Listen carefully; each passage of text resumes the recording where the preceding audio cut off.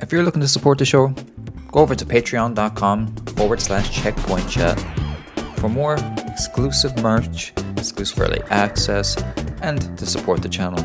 Once again, that's patreon.com/checkpointchat.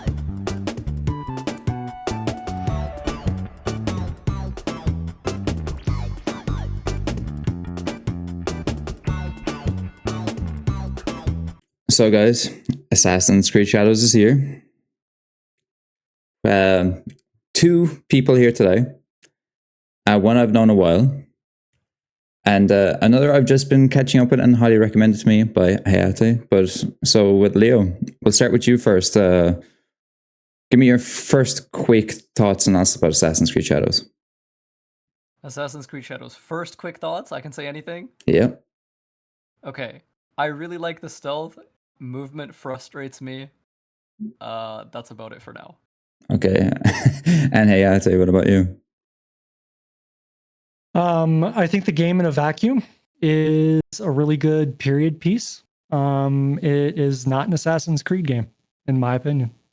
Ooh, interesting. I was actually surprised with that answer when it comes to you, because using Naue for the majority of this time that I've played it, I'm thinking just like it should have been called Assassin's Creed Shinobi, if I'm being honest with you, like because of how great I think her character is. But let's just get into it. I've probably put 30 to 35 hours in. I've just beaten the main objective board, the main 12 people to kill. And when it came to trying to finish that, there was a point where I was like, oh my God, are you serious? Another piece of the objective board? And then whenever there's a new assassination target, you're like, another one? And then another one? And I was just like, when does it end? And for that, I tried to remind myself, so just get through the story first. And then when it came to actually using Yasuke, I didn't really use him as much as I thought I would when it came to the overall main story. But however, I do see how he fits into the narrative, and I do see how he has a good storyline. But for me, like, I haven't used him that much. So now that I've beaten all of them, gotten to the part where the whole assassins thing in the game, I am going to spin off a bit more to Yasuke and learn more about him. But we'll start with Hayate. Is there any preferred character that you like using at the moment, or? Yeah, so Naue all the way. She is, I'm going to use the word meta a lot. I actually got blown up on Reddit for this.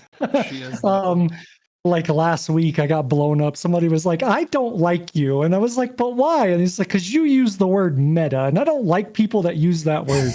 So let me define that word here, because I'm going to use it a lot. It means most effective tactic available. Okay, so basically it just means the best approach, the best way. Naue is meta, 100%. She is meta for everything that you can play her in. She is the way to go. I think that Yasuke is good, but he's good for players that want to brute force the content, not players that want to have options. Yasuke doesn't have options. So you have your weapons, and that is it. With Naue, you have not only your tools as other options, but you have verticality, which in this game is the most valuable combat approach that you can take. For whatever reason in this game, and we could probably touch on it later, but the developers did not code the enemy AI such that they can follow you to high ground, which I mean, Leo, back me up. I might be misremembering, but I'm pretty sure this is the first game where that was the case. They will not follow you. So the go-to strategy for pretty much everything in the game that you can do it on, because it's not everything, is to be Naue, get on top of a rooftop, wait until they are searching for you and then assassinate them from the high ground. It's a very simple approach, but that is the best approach when you're allowed to take that approach. So I think Naue, to answer your question, Naue, right? I very, very quickly identified her as the best way to play the game if you want options. And I'll leave it at that. Perfect. And Leo, yourself? Yeah, Naue as well for me. She is, her archetype is the reason I play games like this, right? Like I play games like this to have that experience, to be able to sneak around, to be able to, play with intention, things of that nature.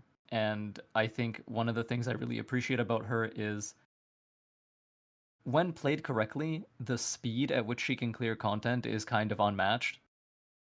Just because she gets to decide when to engage and when not to in a way that Yasuke kind of doesn't. The times I would swap to Yasuke are for when there is a very small location with just not a lot of places to hide, and I just want to very quickly finish what's there. There are these tiny castles in the occasional place. It's just like a small encampment on like a hill or something. There's not really much going on there. I would go in with him, kill everyone, and leave. But for most other situations, certainly I enjoy playing her a lot more. And I would agree with Hayete. She is very meta. She's very strong. Yeah, definitely. I believe I'm also in the same boat with Naue. Like, I don't know how you felt about it, but obviously at the start of the game, we use Yasuke for about 10 to 20 minutes. And then it's just a long portion, a period of time with Naue. And when it came to just using her, like, you could probably straight up just, like, without even going through the main story, just go about your day just exploring just nonstop, and you'd have a great time with this character. But when I actually had to use Yasuke, I was kind of just let down a bit, first of all, because I was so used and so accustomed to the eagle vision, like being stealthy. And there was a point in my game where it kind of broke. I was kind of like, this is a bit annoying. There was an area I went to as Naue, and I hadn't met Yasuke yet, and she said, "Oh, maybe Yasuke can do this," and I was just like, "You don't know who he is yet. I haven't swapped to that character yet," and I was just like, what's going on here? Like, when it comes to the overall structure of this game, and as we're all aware, the whole big controversy about the two characters, one of them being Yasuke, and online was not really happy about that because they're all a bunch of crybabies. But obviously, Assassin's Creed is inspired by historical events game. It has always been that way. It says at the start of every Assassin's Creed game. Yep. You nailed it. With that being said, Yasuke, and now who do you think they created first for this game when they made it? Like, do you think, like, because of how fragmented the way both their character styles are, do you think this is like an Assassin's Creed Syndicate type thing? Where they just, okay, we have a brute person here, but because Yasuke is such massive giant compared to everybody else around him, he will just play as this. And then, or do you think they had Naue first, and then they kind of spun off to make a second character? Leo, we'll go with yourself first. What do you feel like was kind of what they did when it came to those two characters? So honestly, I couldn't even begin to guess, because the thing about this team, Ubisoft Quebec, is if you look at all of their games, this dual protagonist thing is a through line with all of them. It's something they just love doing.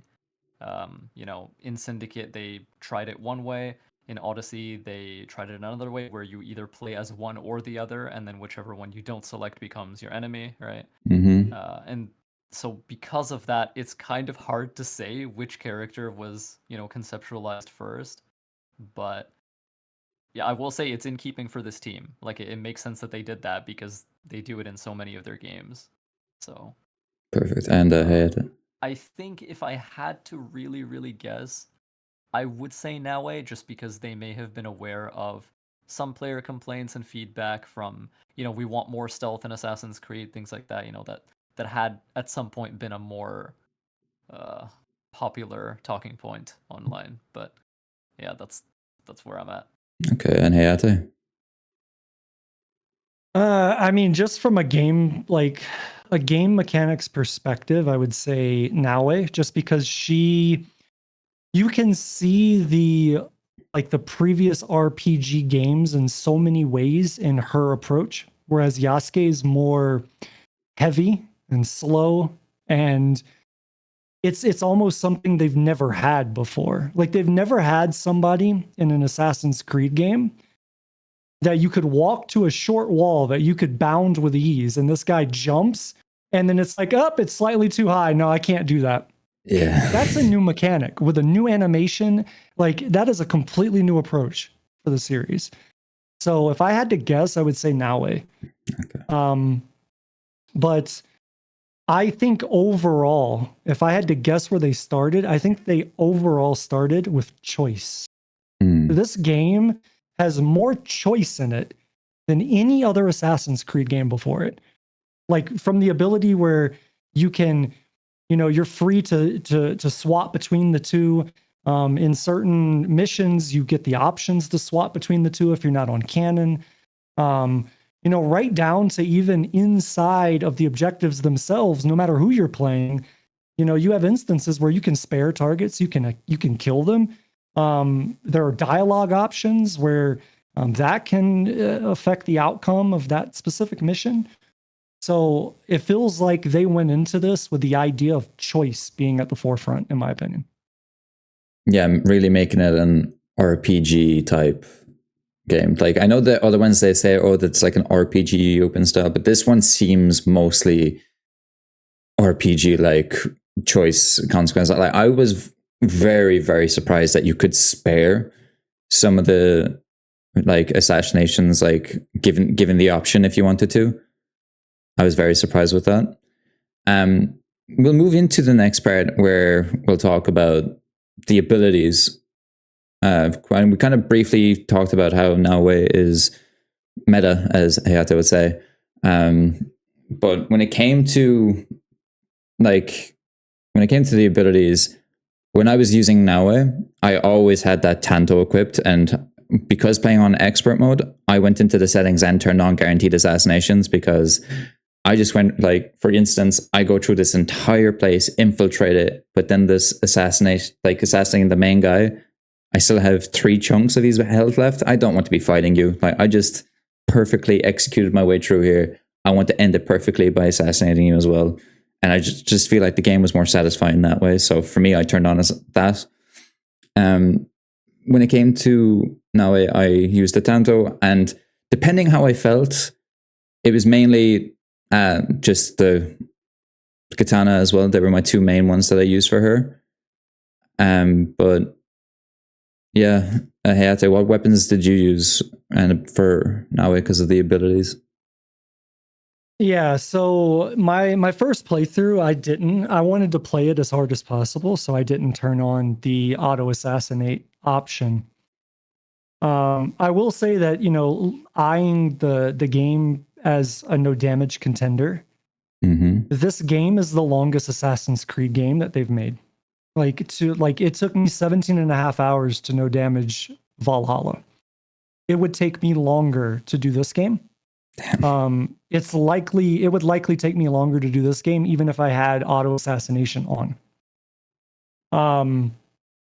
So I'll leave that as it is. But as far as weapons go, my first playthrough, I did the God, I'm gonna butcher the hell out of this, man. I did the katana the katana for a little bit, and then I had the Tanto and the Kasarigama, I think is how you say it, something like that. And my first playthrough, I was like, dude, this ball and this chain and sickle, man, this thing is OP. It's so strong. I was like, this thing is OP.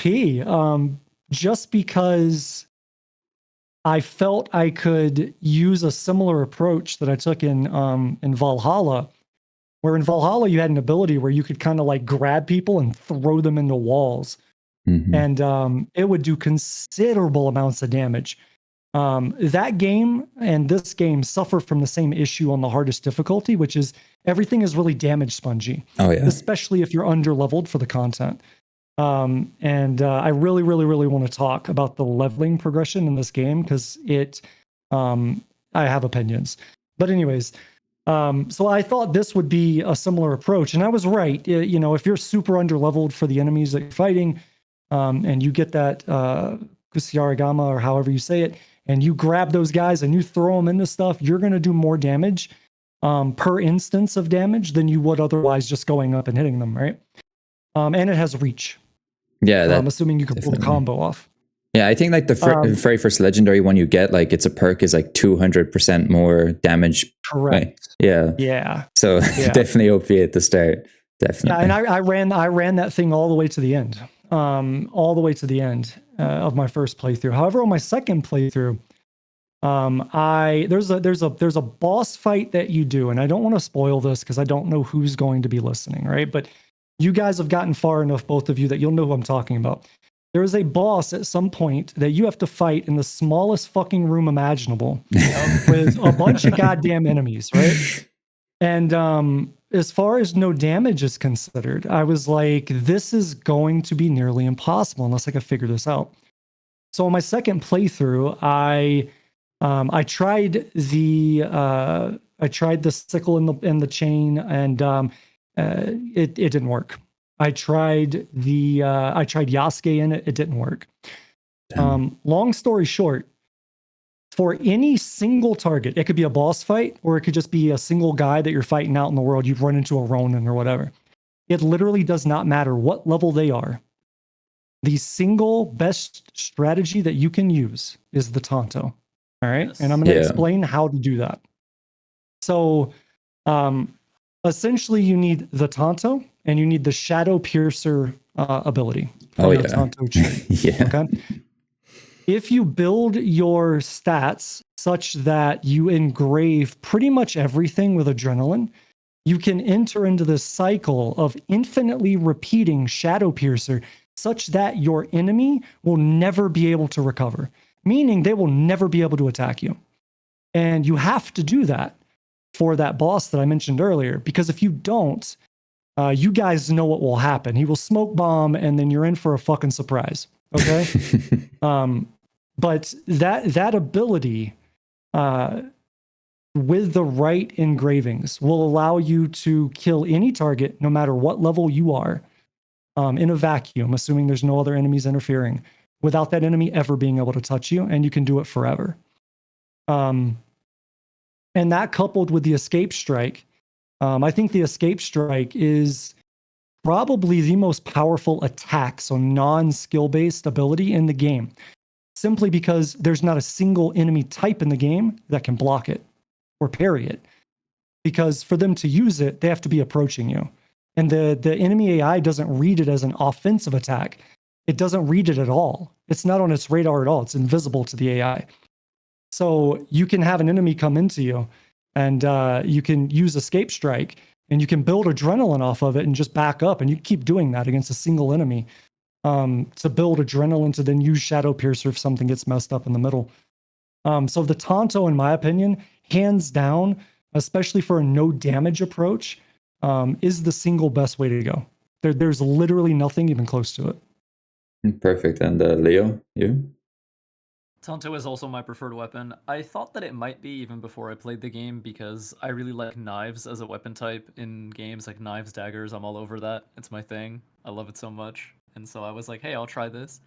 And it turned out to be very, very strong and very comfortable to play.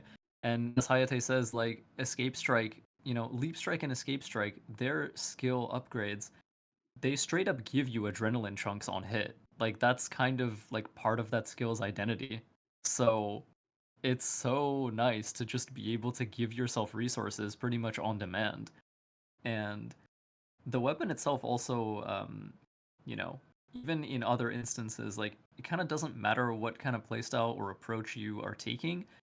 I feel like a Tanto could give you what you're looking for the most part. I mean, unless you just want like a different weapon fantasy, right? But If you want to do afflictions, we have that, right? Like we build up affliction very fast. If you want great damage, our vulnerable damage and backstab damage is very high, right? Like if you want to lock down enemies and crowd control them, you can do Shadow Piercer loops, like you just described, right? Like there's just so much you can do with it that it just makes it a very comfy weapon to play. And also, if you're an Assassin's Creed fan, if you've played the series for a long time, if you love your Hidden Blade and you miss Hidden Blade combat, that's the weapon that kind of has a little bit of that going on. So a little plus. And you get there. double assassinate. Yes, you do. You get After double 10 assassinate. years. Let's go. You don't have to do 1-2s. You can do 1-2-3. Yes, you can do 1-2-3. It's fantastic. Yeah. It's so good. But yeah, that's where I'm at as well. Yeah, And I want to elaborate on what I was saying earlier with Shadow Piercer for anybody that listens to this and wants to try it. So what I was describing earlier with that boss or any single target enemy, to pull that off infinitely, you have to have Shinobi's Fury. That's a Tonto legendary. You have to have that weapon, otherwise it won't work.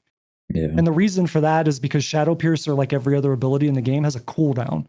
So when you use it, so much time has to pass before you can use it again. Even if you have the adrenaline to use it, you're gonna have to wait.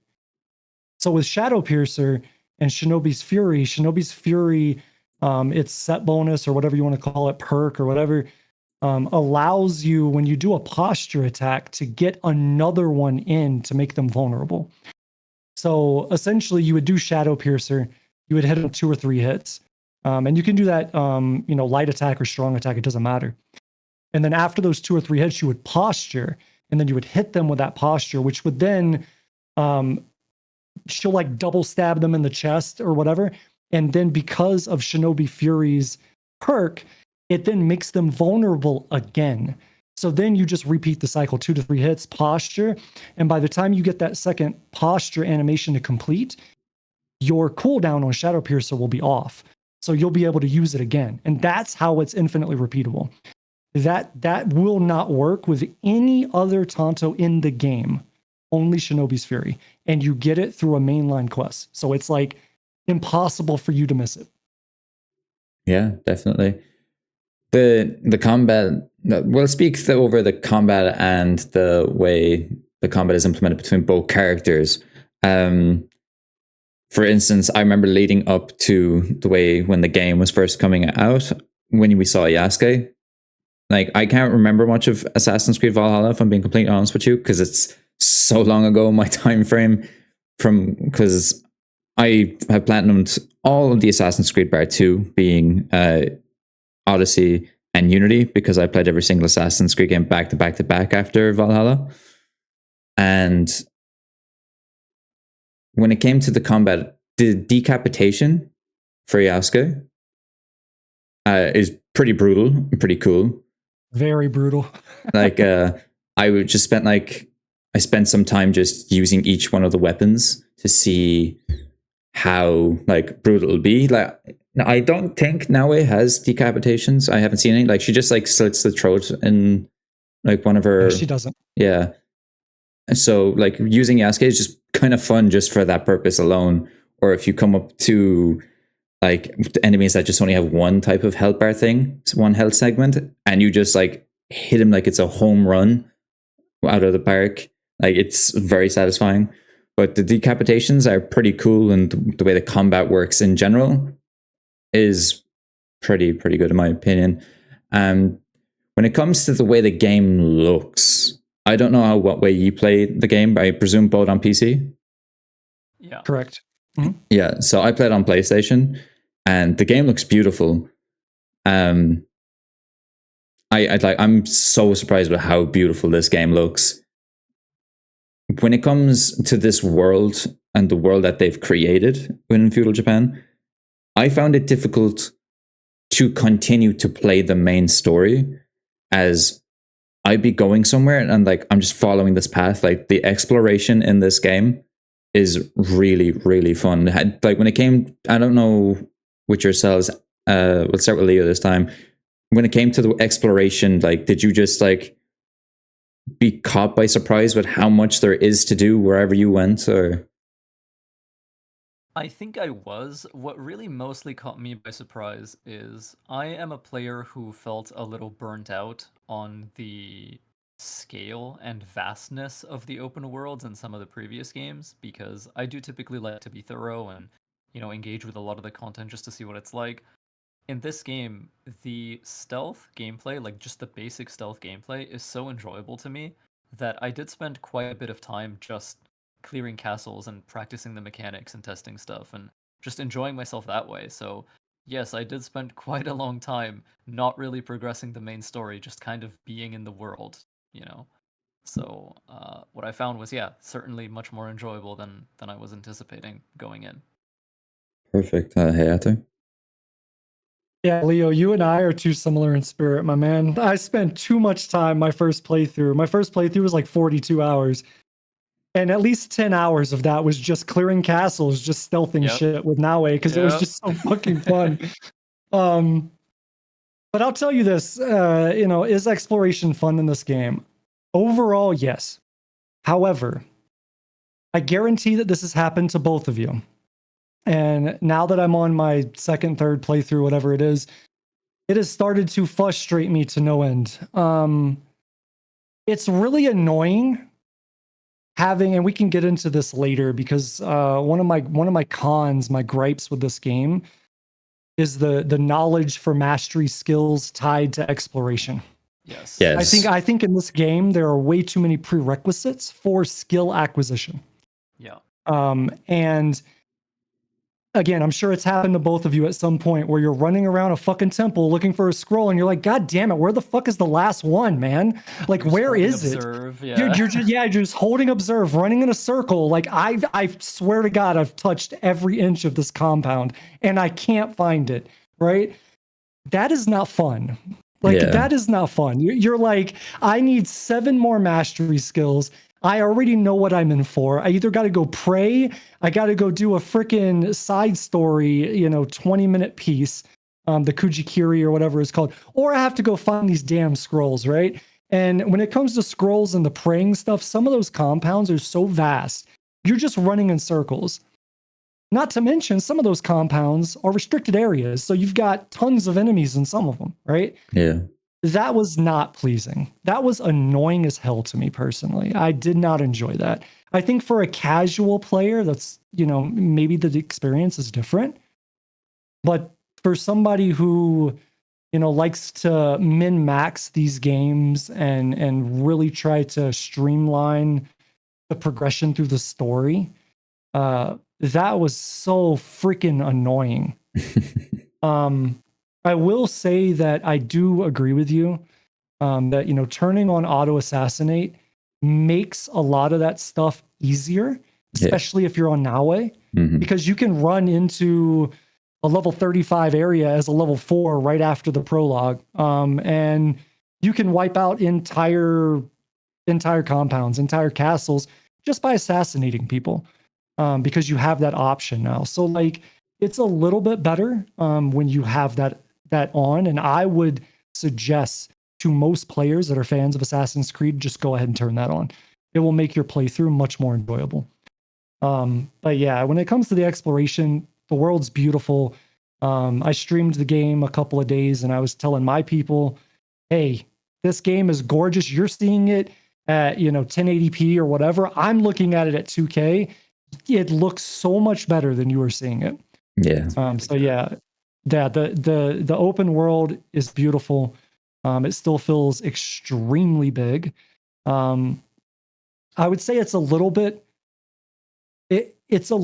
harder to navigate than any of the previous RPG games because the flora is so dense, man. Like you don't even know half the you don't know half the time whether you're going through a forest, if you're gonna like be going straight or you're gonna hit a cliff or you're gonna hit a mountain. Like you don't know what you're hitting because you can't see it. You're just in brush. Yeah, you're just in stuff. But yeah, the game is beautiful. Exploration, not my favorite out of the RPG games. Oh yeah, definitely. I would 100% agree with you there because I'm pretty sure in Origins and Odyssey and Valhalla, you could basically scale anything. Yeah. There. I was expected. This is like the first game in a while where I've actually followed the main path of like, sometimes I'll just like beeline it across this forest, but I'm stuck halfway through because I can't climb anymore. I've hit like an invisible wall, so I have to go back around. So that's the one thing that I find frustrating about it. Doing the exploration was just doing that. But when you came to like, when you do like the shadows of something, so like the shadow of valor, the shadow of all these things, all of those paths, the path of whatever. Yeah, like doing them. Path of Shadow is meta, by the way. I'm completely biased here. You want the best look in the game for Naue? It's Initiate Assassin gear and Ragged Peasant hat, and I will die on that hill. I will die on that hill. That was good. But let's get into it a little bit more when it comes to the dynamic between Yasuke and Naue. We've all finished the story. I'm not going to lie. I think it was pretty weak when it comes to their first interaction with each other. Like, obviously, is it Junjiro? Yeah. Like, I played a main key with when you finally get to the Obu Naga conflict between Yasuke and Naue, and he finds out who she is. Like, well, not her, but the type of person she is. And then he follows her just a little bit later. And then all of a sudden they're like, okay, let's kind of work together. But I was kind of hoping throughout the rest of, for like another brief period, there would have been more conflict between both characters, like not trusting each other. But when it came to it, it just seems like they were just kind of besties most of the time. It seemed like things resolved pretty instantaneously. Yeah, it's just kind of waiting for a bit more. Yeah, I was kind of hoping for a bit more of a conflict between the two of them, like not trusting each other. But yeah, well, Hayate, did you have anything to say about that?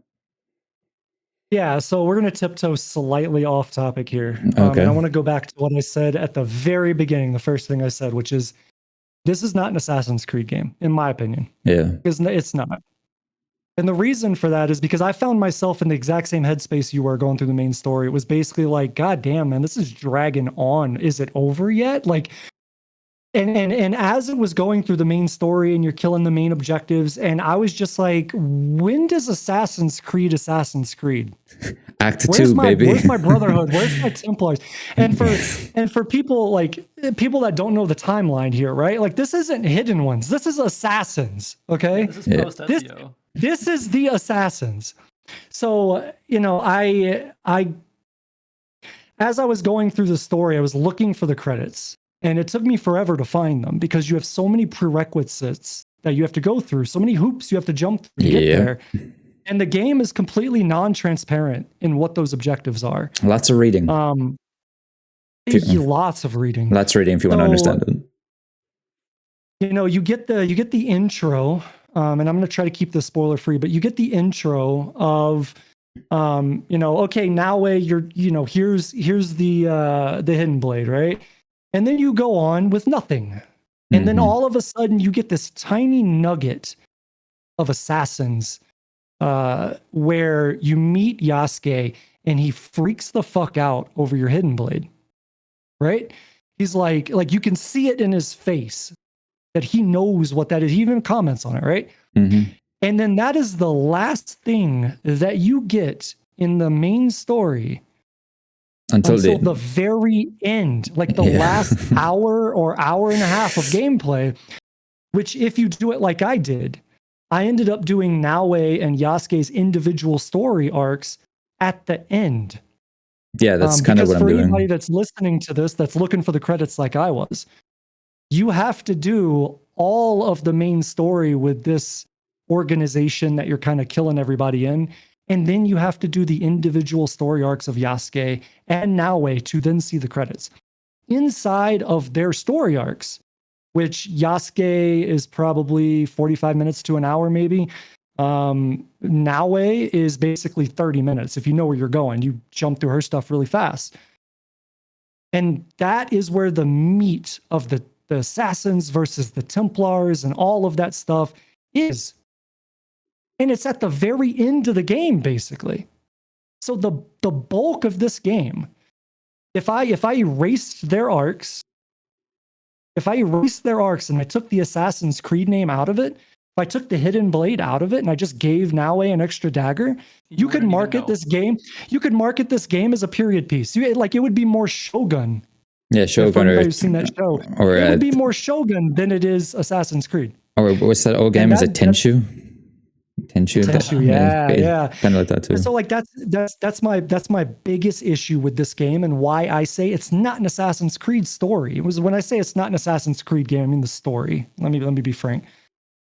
Is because the story does not feel like an Assassin's Creed story at all. Yeah, there's clear, really nothing there. Like that stuff is good, but it's very good when it's presence. good. Yeah, when it's good, it's good. But there's almost none of it.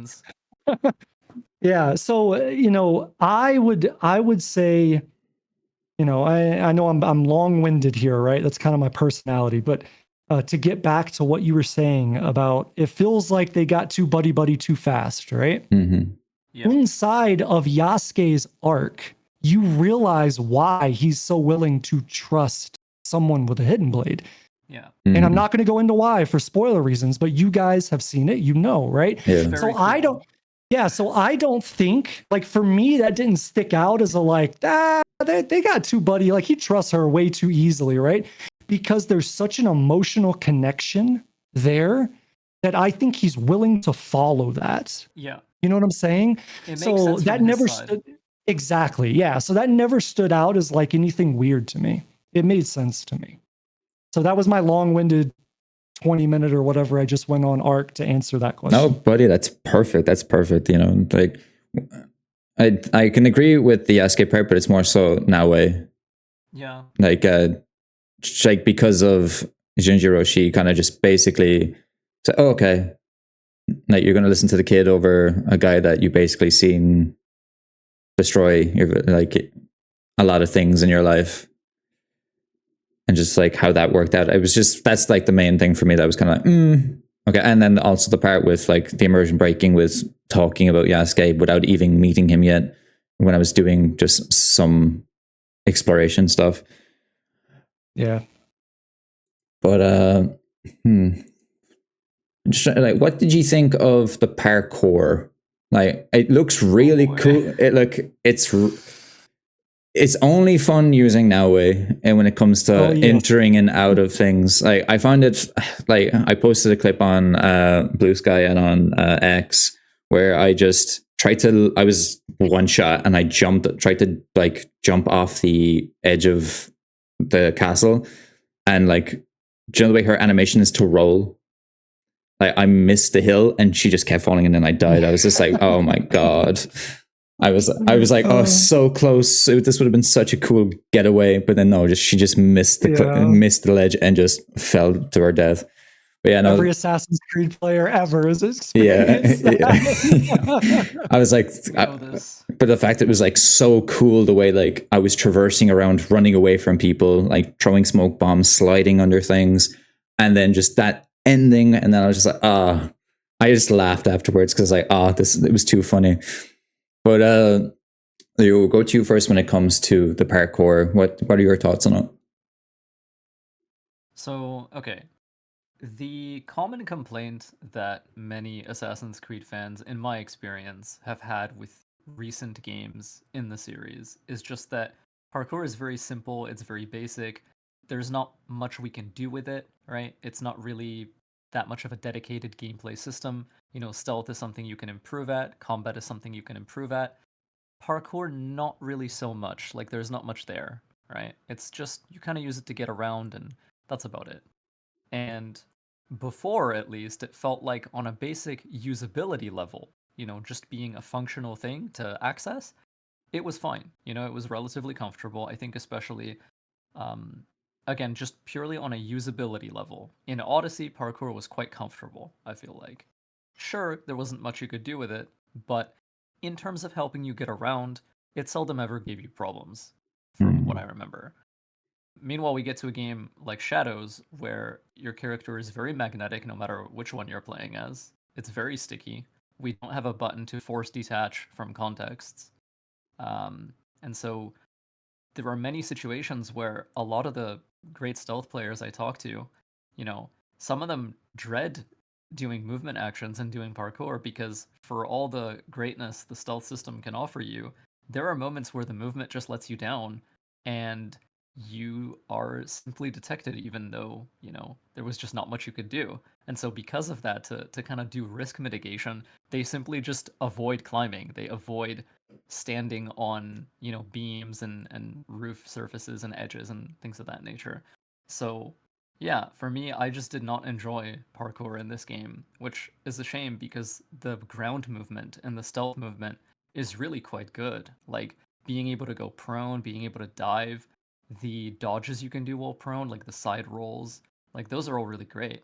And the way they help you see the world differently is quite enjoyable, especially if you are a stealth player. But it just hurt to see parkour take such a step down in terms of just basic function. Like even we're not even considering advanced actions or anything like that. Even just the basic act of holding forward and pathing through an object chain, it has so much delay and so much stutter here that I really just wonder like what happened. So that's kind of where I'm at. Surely Naue is a little bit better, and that's great.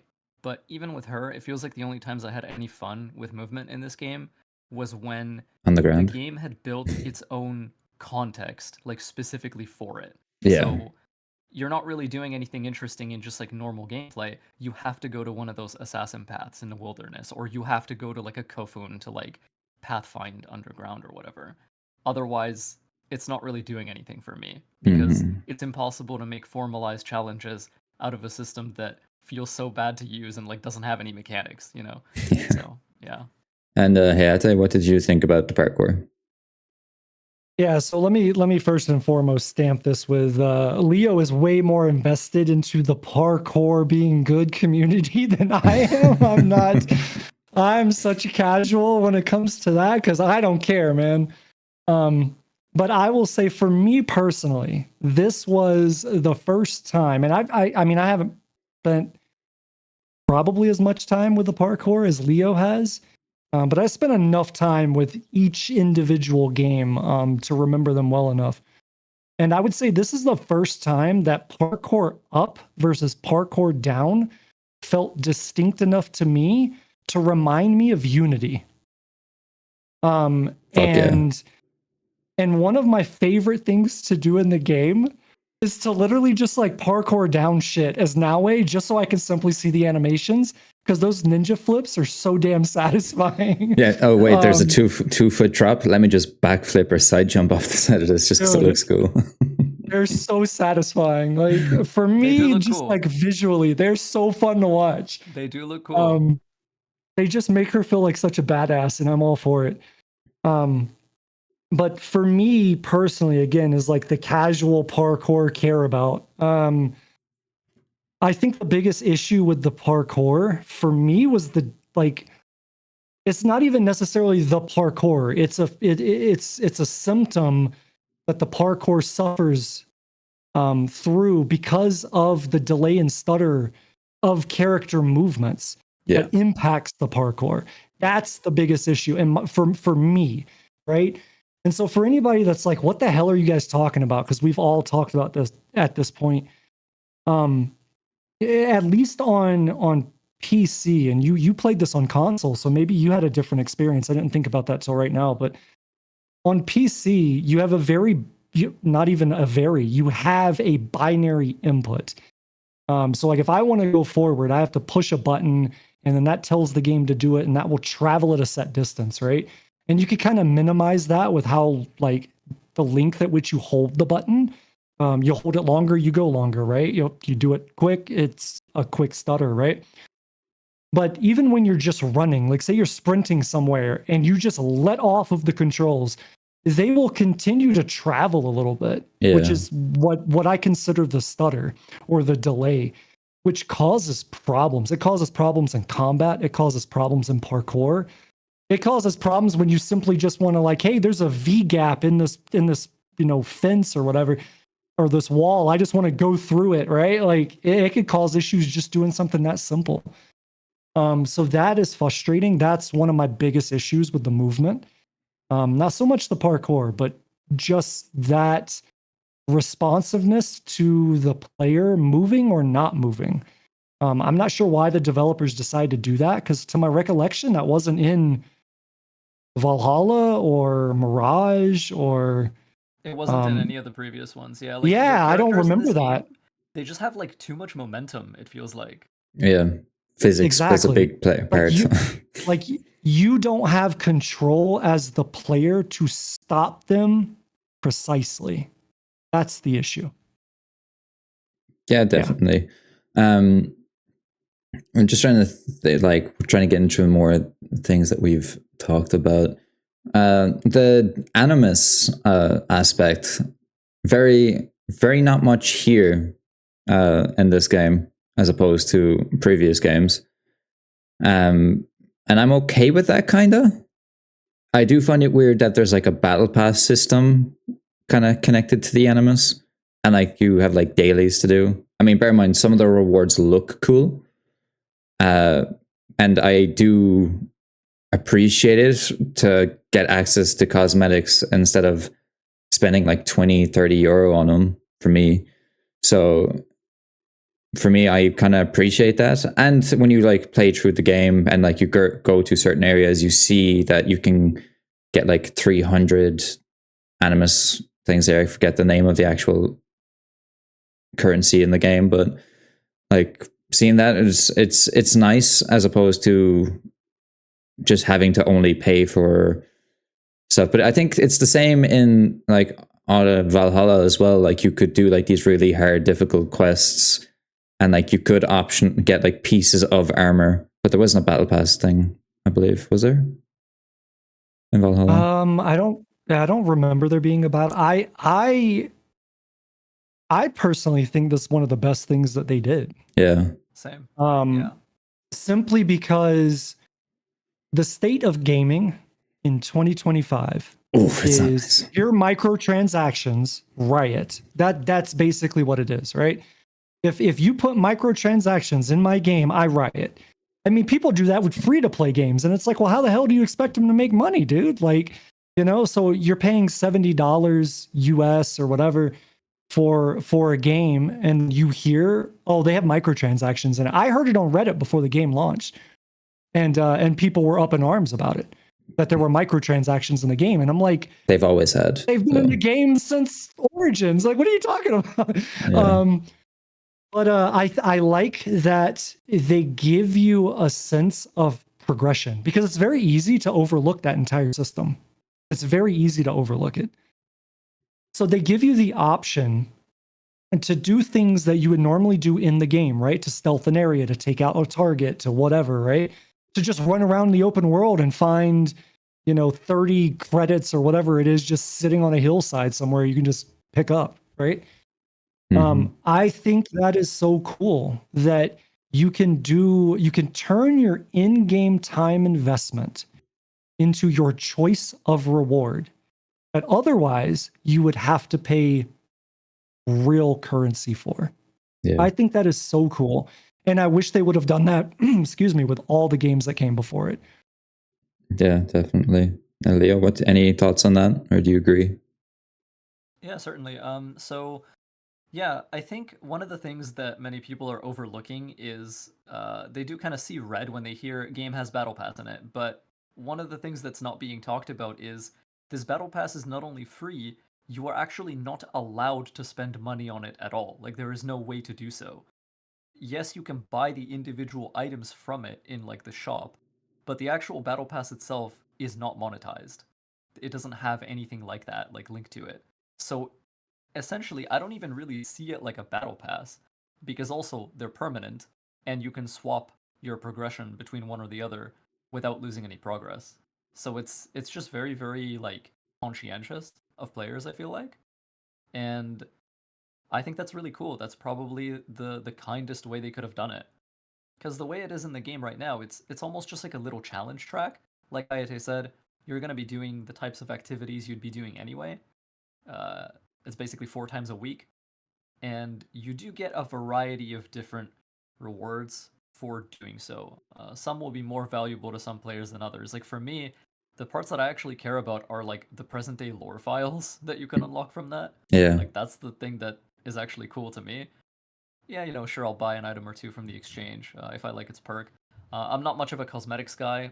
I kind of just stick with the same outfit that I really love, like forever, once I find it. But certain perks that help me like change my gameplay or whatever, yeah, I'll pick those up from time to time. Other than that, yeah, the only issue I really have with it is if you are the kind of player who does care about narrative and who does care about the present day lore progression, being able to unlock only like 1 or 2 things a week and they're just text files, like they're not even audio logs or anything like that, it does feel a little bit anemic. It does feel like there's just not a whole lot going on.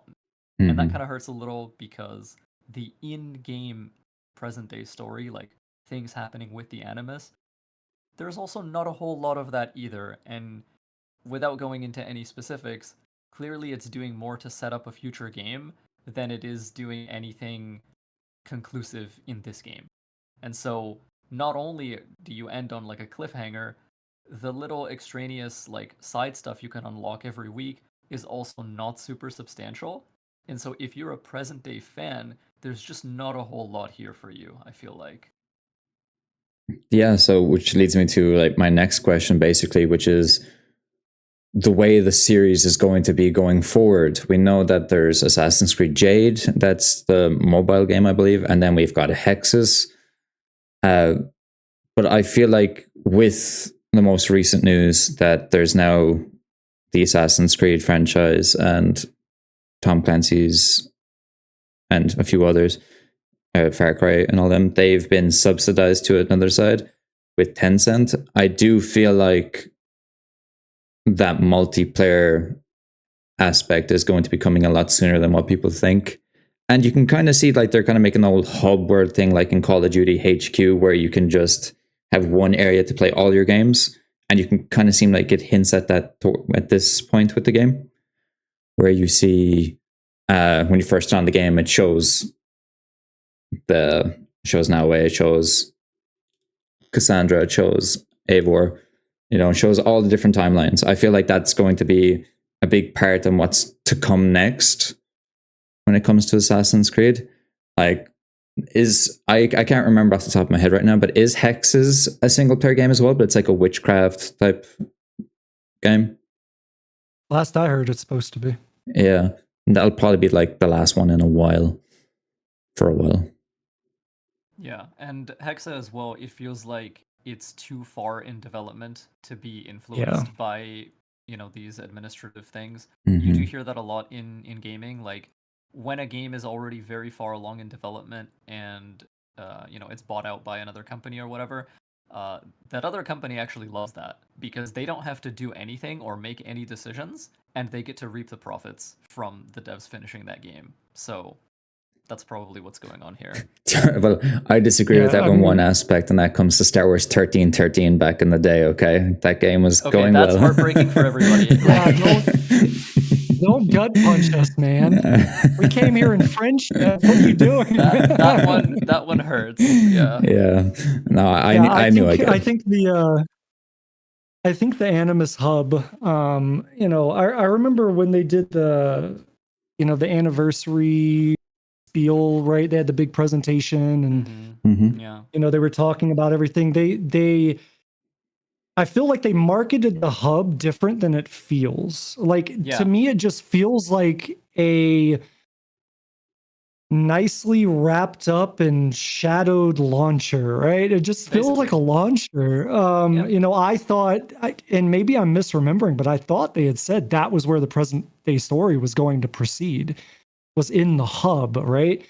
But it didn't feel that way. It just felt like, oh, well, if I wanted to play Odyssey, I would scroll up and click this button if it was installed. If I wanted to play Shadows, I would click this button, right? Like, it just feels like a launcher to me. It doesn't feel like the present day story was really present. No pun intended. But yeah, present day, I don't know, man. I don't have feelings on it either way. They haven't done present day really as a focus in so long, or like anything that felt consequential in so long that like I just kind of given up on it. So it doesn't matter. I just wanted Assassin's Creed stuff, and unfortunately, out of a 40-hour playthrough, I got about an hour and a half of it. Yeah. Okay. So, which leads me to another question: is what we want to see going forward with Assassin's Creed. For me personally, I don't know if you feel the same way about this, but it was even kind of a bit of an issue when it came to Mirage. Is I just want the story to be much, much, much more linear. Like when it comes to the objective, just have like quests, side quests. Don't have this big, huge, humongous detective board that I need to kill all these targets. Like you can have a small one, but like I'd rather the objectives and side questing be a separate entity to that board, because it can be quite overwhelming for a lot of people. Like even for me, who I'd like, and yourselves, we're all experienced Assassin's Creed players. Like when you see that, you're like, really? Another one? I'm this far in and you're giving me another board to do stuff with? Like it can take away the enjoyment, as opposed to, I haven't even done like a lot of side quests yet, and you see all these other things pop up before that. You're just, it's very much bloated with that type of content. I wish they kind of bring it back just a little bit, just a bit more of a narrated structure. Like I think it's time to move past the RPG stuff. Like bear in mind, this game is a cool RPG game, but as Hayete said, it's not an Assassin's Creed game, which I agree with 1000%. But yeah, Leo, what do you want? Sorry? No. Go ahead, Leo. Go ahead. I would like to hear your thoughts first. Yeah. Yeah, go ahead. Hayete, do you have something on your mind? I'd like to hear what you say. Oh my god, man! One of my biggest issues, one of my biggest frustrations with this game, hit us with it, was the realization. Aside from that, smoke bomb is in its weakest state ever in an AC game. That's a different story. Was that they force you, they gatekeep you with all of the side content dramatically. Okay. So it's not as obvious on your first playthrough, because I feel like most people on their first playthrough, they're like, they're doing other stuff. They're checking out contracts. They're checking out some of these other things on the board, as you alluded to, right? Yeah, they're not rushing credits. But yeah, exactly. But on subsequent playthroughs, you realize that once you get to around the final 4 of the main story, the Shimbokfu, once you get to about the final 4, you will be under-leveled by about 10 levels if you don't do anything else but the story. Yeah. So what that does is it forces you. It like they punch you in the face. They hit you with a brick wall and say, you are not going any further unless you go do all this other stuff that we've put in your objectives. You will not go any further. Even with auto assassination turned on. Yeah. You're not going to see those credits unless you deviate and you spend and invest another 3, 4, 5, whatever hours into doing stuff that you may not be interested in grinding out. And I think that is terrible, terrible game design. It's absolutely terrible to throw at your player base and say, you know what? For all of us, it sounds like we kind of were like, the story's kind of mid, or dude, is it over yet? But maybe there's some people out there that were just like super sucked into it, man, and they just wanted to keep going. And then they got hit in the wall with a brick and said, no. You take that detour and we'll talk to you in 5 hours. Yeah. That's ridiculous, man. Because some of those targets are mandatory combat. So like guaranteed assassination is not helping you there. Not to mention, Yasuke's story arc is one of the biggest offenders for it, because it's basically, I think it's like level 35-ish content. Yeah. And you can get to it by 24. Yeah. Think about that. Let that sit in for a second. If you go to try to do that content at 24, you're not even going to see levels anymore. You're just going to see skull icons. All skulls. Yeah. So like, That was one of my Even- problems. Even if you had like auto assassinate on, that's not helping you with Yasuke. You're going to go over there and now you are going to be chipping away at enemies. And, not to spoil things, but there are sections with Yasuke where they put you into basically arena type situation where you have heavy enemies, light enemies, enemies with ranged abilities, and they're all trying to kill you at the same time. And you're just in this little area. And it's like, how do you deal with that when you're 10 or 12 levels under You can't. the content? You can't. You will have to go into the menu and you will have to quit. And then you are forced to go do hours and hours and hours of other stuff just so you could come back and enjoy the best parts of the actual arguably the most story. hype part of the game. Yeah. Yeah. The best parts of the story. That pissed me off to no end. That frustrated me like nothing else in this game. Yeah, it's what you've been waiting for this whole time, and now it's like, oh Exactly. wait. Yeah. Definitely. So more questions. I just have so many things like I wanted to talk to you about. And so like for me, the next part is, would you much rather this game if it didn't give you the option of canon, like you like there's parts where you're using Naue, and like it's kind of implemented in like the later half of the game. I'm not going to spoil it too much, but like at the end of Act 2 and stuff like this, like where the game automatically switches for you between both characters. Like, would you prefer that, having that narrow type of way of, okay, now this part is just Naue, and now, okay, shit's hitting the fan, it's Yasuke time. Like, and the game automatically does that for you. Like, I do want to answer one of the earlier questions you had as well, because this ties into this. yeah. I do think that this narrative structure, we have kind of seen essentially the limits of what it can achieve. I feel like you can feel that the game is struggling under the weight of its structure narratively. I don't know if it's just me, Hayete, like, I mean, certainly you probably felt the same, but it just feels like, yes, I think I would enjoy a more linear story, and I think I would enjoy a story that was structured more deliberately, more intentionally. You know, choice is great, but some choices just don't feel as meaningful as what you are paying to make them, if you know what I mean. And what I do mean by that is, like, sure, it's nice to be able to do things in a particular order. It's nice to be able to, pick who you want to play as, etc. But if the cost for that is the narrative just being weaker and the pacing being worse because of that, I think for me personally, it's just not worth it.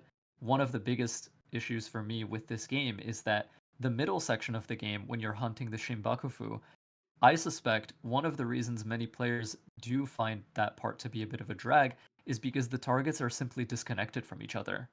When you look at the 9 Templars in AC1, or even like, targets in other games, even as far forward as Origins, at least the different main targets, they did have something to do with each other. They felt like an organization because part of their business affected the business of the others, right? Whereas in Shadows, no one you kill really feels all that connected to anyone else. In fact, even the way you get information about them is totally isolated and totally separated. And I understand that part of that is due to the setting, Warring States, Japan, different areas and different regions, they were not very well connected with each other. But at the same time, this is meant to be an Assassin's Creed game, so it would have been nice if there was a bit more of a through line between all your targets. And so I think that that is a huge issue. The player has to be able to kill people in whatever order they wish, but that obviously has limitations. That burdens the storytelling with that. There are certain things you can't do. And even though the game does unlock the Shimbakufu target board kind of in batches, it's still not enough to shrug off this burden that it has on its shoulders, where it's like, okay, the player has to be able to kill people in whatever order they want, so we can't make the narrative reveals in each of these too consequential. You know what I mean? That's how I feel about it. I definitely think it's time to move on to something a bit more structured, a bit more linear. And hey, anything to add to that, or? Yeah, so I mean, let me preface what I'm about to say by saying I have nothing against Yasuke. I think it's, he's fun to play, et cetera, et cetera. We've kind of gone over that. Yeah. But I'm biased. Every single time it pulled me away from Naue, I was just like, all right, let me get through this shit so I can get back to running around flipping off of stuff. Me too, So like personally. me personally, I would have liked to just had like I would have liked to have a Naue game that was more assassin focused, like story and narrative wise, and maybe slightly bigger than Mirage was, but like where I'm just Naue and there's a story that makes sense, and if they want to put Yasuke in it, that's fine, man. But I did not care for playing Yasuke. He does not fit my style. Mm-hmm. Very much like Leo said at the very beginning of this, right? Like me and him share a very particular enjoyment in games. Like anything I can stealth, anything I can anything with like high APM, fast movements, like that's where I am. Agility, whatever, like that's where I enjoy gameplay the most, stealth, etc., whatever. Options and approach, all of those things I just said are not Yasuke. Yeah. So it was holistically from a game perspective, knowing that many, many different types of personalities are going to play this game. I think having a lot of choice is a great thing. I think it's a pro for the game. For me personally, I just want to play Naue, and that's all I want to do. And every time I'm going through the objective board because you've got to do this and then that and then whatever, and you get to that target and it's like you have to swap to Yasuke. I'm like, all right, whatever, man. So you swap and you do it, and then you can get back to having fun, which kind of was my experience. Yeah, no, I pretty like when I was given the option, I like 95% of the time I picked choosing Naue. And I think that's going to be a lot of people because we wanted an Assassin's Creed game. And with Naue, you have one. She's a cool shinobi. But there was some times where when I was playing it, I was in the mindset, okay, so here I see that Yasuke gets the unlockable reward at the end, so I'm going to use him. And then even toward that, I'm like, I just kind of want to go back to Naue, and towards the end, I'll use him again. Right. Like I tried to like balance it out that way. Problem. Yeah. That goes back to my point earlier about them gatekeeping you with content, right? Because with the system the way it is, you have to juggle gear progression, stat progression, build progression with two people, and you don't have enough resources organically like gained over time throughout your playthrough, like just going through the story, to focus on both of them, which means you have to deviate.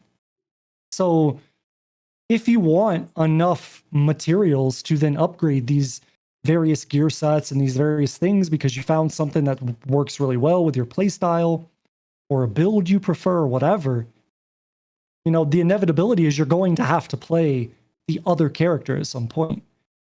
And you don't want to be super underleveled when you do that. So again, the game forces you to go do other content and essentially just grind away extra hours to be relevant within the world that they built and with the objectives that you want to do, which is frustrating. Yeah, I can understand. One thing that kind of really threw me off is the music when in battles.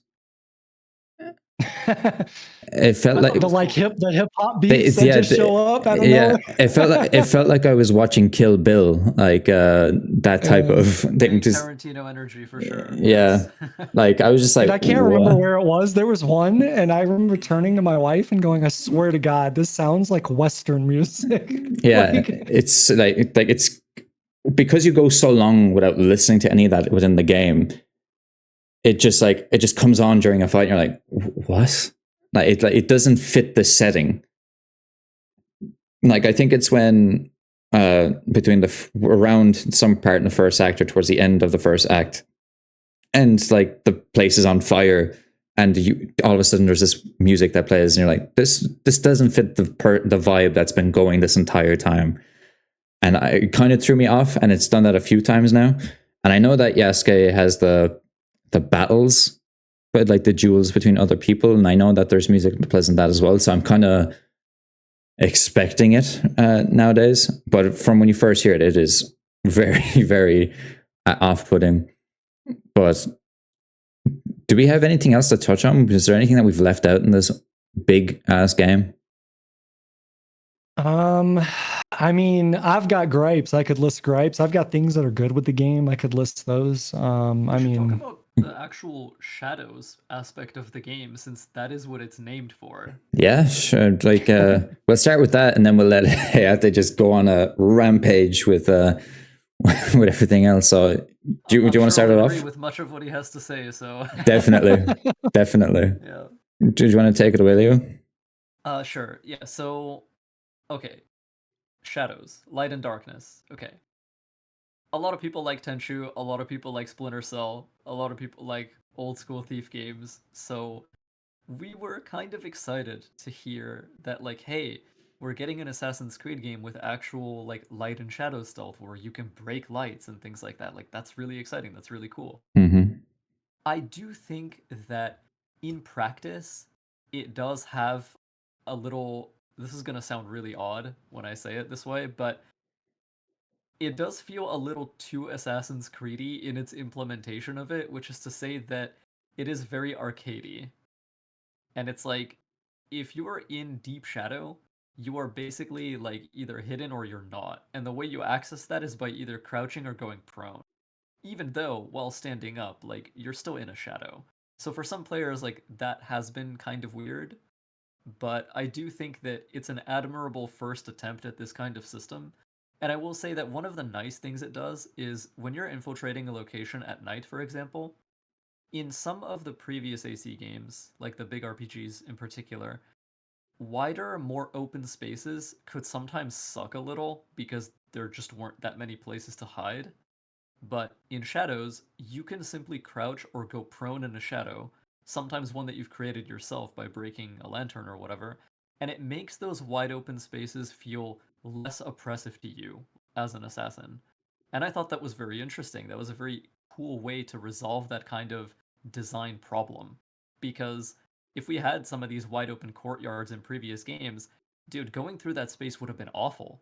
But in this game, there were many times where it's like, okay, I have these shadows here. It's basically like I'm in a haystack. So, on the one hand, it's a little disappointing that it's so simple, but on the other hand, it does make it very readable. It does make it very easy to understand and grok as a player. So, that's kind of how I feel about it. I'm of two minds about it. I think that ultimately it feels right for the game that it is this readable and that it is, fairly simple to understand and leverage. But yeah, I don't know. What are your thoughts on it? Me or Sure. Just whoever wants to. I'll take it away. Yeah. When it comes to like, I did find it pretty cool. Like, as someone who's a stealth fan, and I've been blue balls with the teasers of Splinter Cell, and yet to ever probably will never see a Splinter Cell again. When it comes to the whole darkness, stealth mechanics, I do agree with you. Like, I remember it is cool when you're just like, you see a fire, you throw a knife at it, and you just see the bar go down, the light vision go down, and then but like when you stand up, it's just back to where it was. You're like, okay, the game would be much better. So, like, for instance, you're talking about when we're lying prone. I really wish that we could throw things when lying prone. I think that we are very restricted when it comes to that, which also leads me back to remembering when in combat, when on horseback, you cannot use any of your weapons, which I found mind-boggling. Like, even as Yasuke, you can't like just whip out your sword and just like hack at an enemy on the side as you're going, which I found boggling. But anyway, back to the stealth. I feel like I remember, was it a gameplay demo when we were first kind of shown Naoe, and she was like traversing through, crawling down, and then she crawled down into a puddle, and then like she had that like tube sticking out. Like, I've only ever had to do that once in the game, and that was merely to get a trophy for assassin, like losing the wanted level or whatever. So when it comes to the amount of stuff that they try to implement, including like the stealth mechanics, it is very lackluster, even though it always seems like there's a lot of potential there. But the AI just, sometimes I feel like I'm completely like in darkness, but I'm still seen, and that is a problem for me. But what about Hayate? What is your thoughts now? You probably have much better deep analysis towards that than me. Yeah, I might not impress you here. Yeah, no, I think I do want to say this, to your thing with like the reed sticking out of the like you have more options in this game as Naue the assassin than you've had in any of the other RPG games for stealth, period. When it comes to stealth, to go back to what, assuming I understood what Leo was saying correctly, when you're in shadow and hey, I'm in a shadow, but I'm standing up, and that's different than me crouching, and they have different effects, right? That made sense to me. That feels realistic to me. As a combat veteran who's done night ops, we're trained very much in silhouetting the horizon.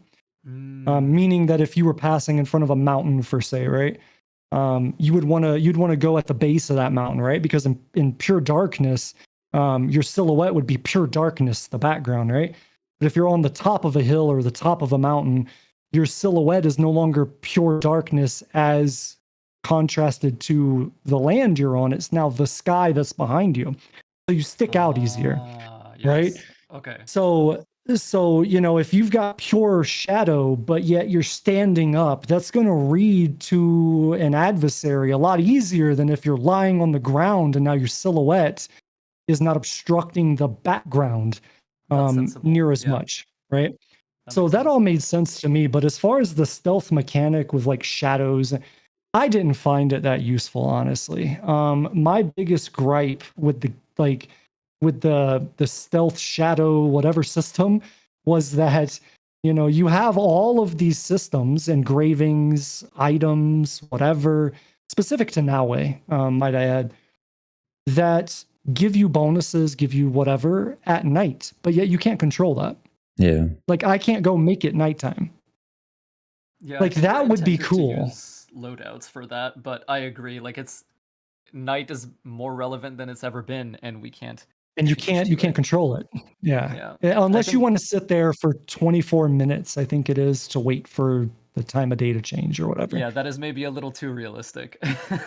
Yeah, exactly. So like while I didn't find I didn't find myself, specifically destroying a lantern with a shuriken or whatever to give myself some shadow cover or whatever. Like I didn't find any of that useful, but what I did find useful was it being nighttime, because then you can get up on the corner of buildings or whatever, man, and you auto get that stealth from shadow. Like nighttime was more useful to me as a mechanic than being able to control the light of a given area. And the one that was more useful, I couldn't control because I couldn't change it to nighttime. I hear you. Yeah. On that note, by the way, I feel like this is really important to bring up. On expert difficulty, guards can sight you on rooftops, which is something they could not really do in any previous game. In fact, they can even look at you from like a courtyard away. Yeah. Which I thought was really interesting. That Very makes far. you engage with the world in a totally different way than in previous Assassin's Creed games, because before, being on high ground was essentially like unconditionally an advantage. Whereas in this game, they do kind of apply a little bit of friction to you whenever you're doing that. Like, yes, you can take the high ground, but they can look at you when you do that now. So I thought that was really, really cool. I know some players complained about it a little bit, but personally, I really enjoyed, dealing with that and resolving that. How did you guys feel about it? One of my pros for this game was the what would I categorize? Enemy strength, maybe, right? Like not being able to assassinate enemies when they're alerted and they're looking for you because they're in that like prepared guard stance. You know what I'm they talking catch about? your arm like they catch Altair's arm in AC1. Yeah, I love Yeah, that. like they're coming to investigate, right? But they're already in a heightened sense of awareness, so they guard differently, such that you can no longer assassinate them from the front unless you have auto assassinate on, right? Or Like like how things they'll like cut grass if they suspect that you might be hiding in it. exactly, or they'll run out of smoke bombs, which is why I said earlier, smoke bomb is literally in its weakest iteration of any AC game that's ever come before it, because you could throw a smoke bomb and it will do nothing. Yeah. They will run they'll run out of it, and the majority of the time it won't even get your telegraph to drop off their radar, right? Where you get the like outline of Naue or whoever saying like, hey, this is where they remember you last being.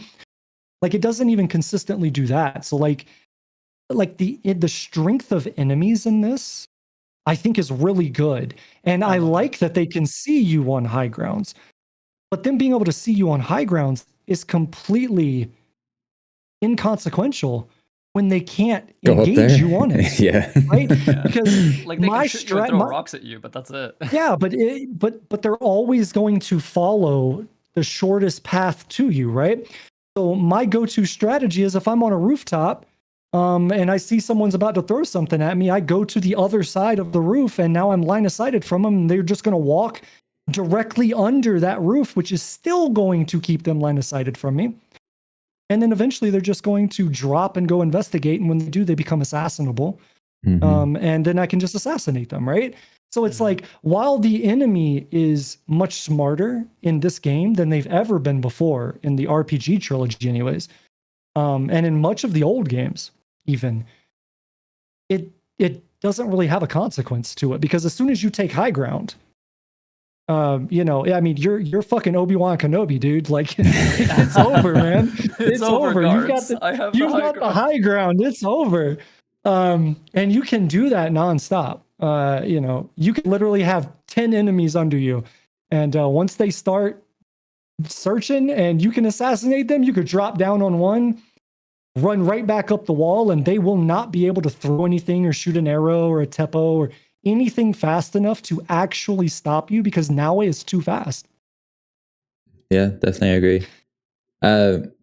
I know that Leo is a stealth king, and that. So, have you faced any of the guardians in any of the sections? Like, did you let the alarm bell ring at any of the points? I mean, I'm not perfect, so yes. Okay. On my first playthrough, that did happen to me. And, like fighting the guardians on expert mode is a challenge in itself. It's so little freaky for sure. Yeah, it's like I was just getting 2-shot, and I was just like, chill. Maybe hit 3 times as Yasuke once. I was like, all right, now, chill a little bit, please. But leading back to what Hayete said, like with playing as Naue though, and like going back up to like rooftops and stuff. Like once I became like unknown again, I literally just dropped back down and just stealth them, like stealth assassination them, and it was just like, oh, okay, it's easy. But like one thing that I did find annoying, to bring back to an earlier thing, because I'm just remembering bits and pieces of my playthrough, like just scattered in my brain. Say like I think you probably brought it up once, is like, the way there's like the flags in certain areas, like you have to like say you just clear out this whole place as Naue, and then you have to like swap to Yasuke. Because only he can move heavy objects. Yeah, like and the fact that like there was a point in this game where I was only exploring as Naue, and about 15 hours had passed, and then like I was like, what? I can't get there. Like, it's annoying. But I remember then I had to use Yasuke in a later stage, and I looked in the way you see how many mastery points you have on the right.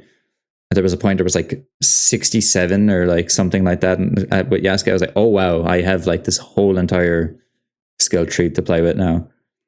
It kind of, I'm surely not the only person when it came to that. Like, but the fact that I just did not want to use Yasuke because of it wanting to play an Assassin's Creed like game, it was very, very, very telling about my experience through this playthrough. Bear in mind, like once, like now that I've beaten it, I'm literally just going to be going for the platinum and playing the game in Brazilian Portuguese. That's literally what I'll be doing for the rest of my playthrough.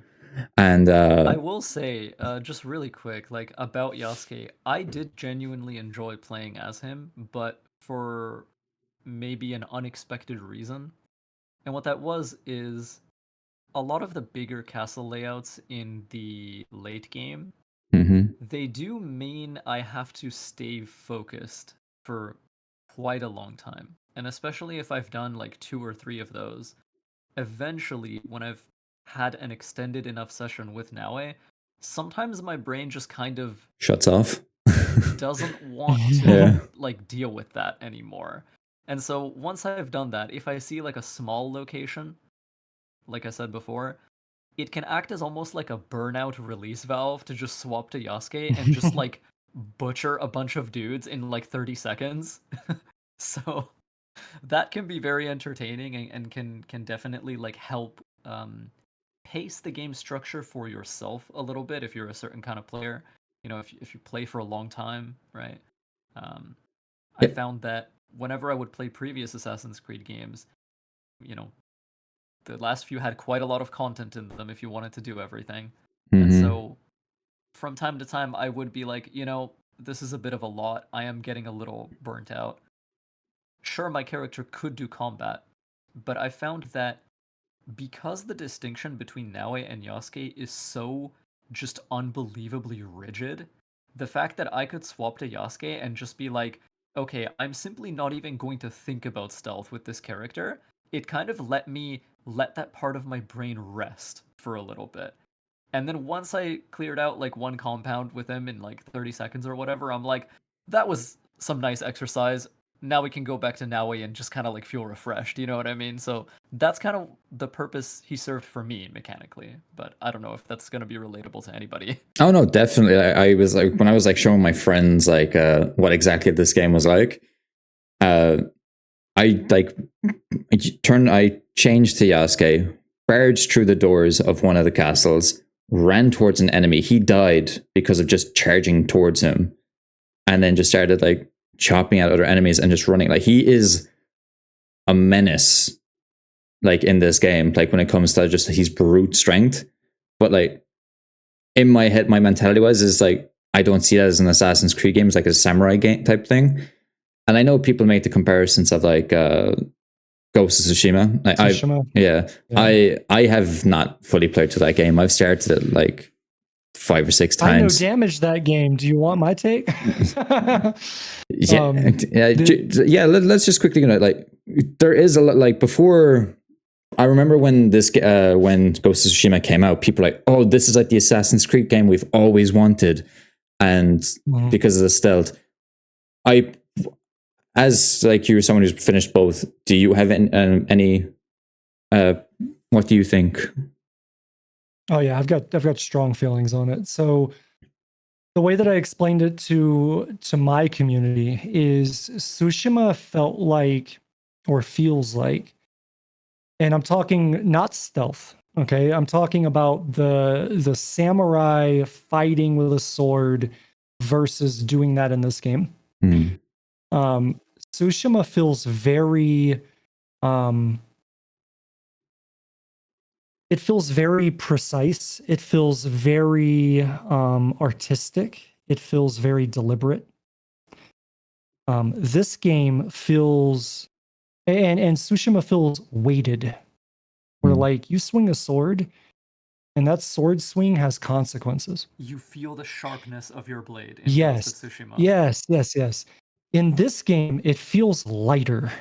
It feels I don't like to use the like word arcadey, but I don't really have a better word. But it feels maybe steps removed from arcadey, steps removed from hack and slash, steps removed from like a Devil May Cry where you're swinging and doing combos and stuff. It just feels lighter where you don't have that repercussion of mistiming or distance on an enemy. You swing slightly too early and now they close the gap and you can't recover in time. Tsushima feels that precise, whereas this game doesn't. And in fact, to kind of go back to what you guys were saying about Yasuke feeling different, you just plow through enemies and stuff. Because of the way this game is coded, I never found a reason to need to play him for anything. Like there's never any section where, and maybe this is, 50 no damage runs later, right? Like I've my mind is cooked, right? and I can't recover as a casual gamer to look at these things not in a no damage lens, right? But I can relate to this. I never found him required for anything.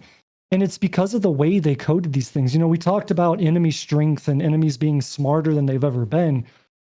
But then you get to boss fights, for example. Think Their about action boss queuing fights system is the same. Think about boss fights in Tsushima, right? Those felt so different from enemy fights.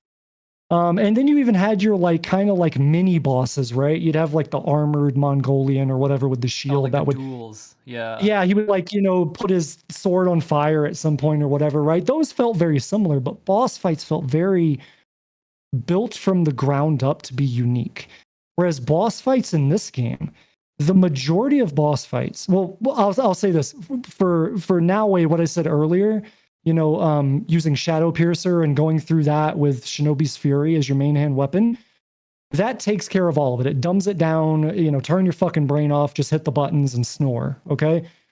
But for most enemies, boss fights, or really anything in the game, all you have to do is get distance. Once you get distance, the game is hard-coded. Every enemy in the game, every single one, is hard-coded with the exception of archers or ranged enemies. They're all hard-coded to run at you. And when they run at you, you literally just posture. It doesn't matter what weapon you have. Yasuke's Naginata, I think is how you say it, is probably the best because it's the longest length weapon in the game. But you basically just posture, and as they come in, you hit them and then dodge backwards and rinse and repeat. And you can do that for every enemy in the game because as they're charging in, you'll get one of two reactions. If you time it right and you connect the edge, the tip of that weapon to them, they can't block it. If you time it a little late, they might guard break it or they might not. And if it guard breaks, well, then you just back up and rinse and repeat. You reposition, rinse and repeat. It's it's not difficult at all because the approach is always the same. In Tsushima, that was never the case. Every enemy had a very unique, distinct attack pattern where it's not a one size fits all. So Tsushima felt very, very precise and weighted, and things mattered. This game feels very light and more kind of swing your weapon around. You kind of don't really have to take it super seriously. Exactly. So they are nowhere near the same level when it comes to combat. Yeah. But that's not to say that Assassin's Creed Shadows is shit or bad or what. It's just different. I don't think you can really compare their two combat styles because they're very different. Yeah. They're polar opposites in approach. Okay. I do enjoy stealth in Shadows more, but certainly I enjoy combat in Tsushima more. Okay, that's good. That's good. As someone who's I've only made it to the first part of the map in Ghost of Tsushima, I just never seem to get it. I will have to play it fully before the next one comes out, but and one of my talk about that just really quick. So part of the reason why exploration and going off-road feels so bad in Shadows is because Japan is very mountainous like that in reality. And, we had conversations long ago with my community where it's hey, why didn't Ghost of Tsushima feel like that? It's because Ghost of Tsushima is not set on the mainland, right? It's on its own island. And so Ghost of Hayete is going to the mainland. So what is that game's exploration going to be like? Is it going to be mountainous like this and have the same problem? Because I would be very curious to see how Sucker Punch, decides to lay out their world. Well, it's going to be interesting because you're using a character who's going to be dual wielding katanas and has a gun on her back. So we'll see how if there is many stealth options. I would be very surprised if the next Ghost game has, woods and forests and things as dense as Shadows does, because the first game didn't have that. And when you kind of taper that down, you can see that cliff or you can see that mountain, and then you could be like, okay, I'm clearly not going to be able to go that way. Let me find a different route. Whereas in Shadows, you're running through bushes and shrubs and you just can't move anymore. And you're like, oh, I'm up against a freaking mountain. And then you got to figure it out, right? Yeah, because you don't know what's on the other side. Exactly, yeah. So yeah, I don't know. I do fully agree with you that sword play in Tsushima is better. Stealth play in Shadows is better than Tsushima. One of my biggest gripes when it comes to that type of sword play in Shadows is that every single skill you use locks you into an animation that you can't cancel. And in this game, you don't get iframes. You have no iframes. Horrible. So for the majority of attacks, and Yasuke is the biggest offender of it because his attacks have a long windup. Yeah. The majority of the attacks, like if you use them at the right time, you can die because you hit an ability.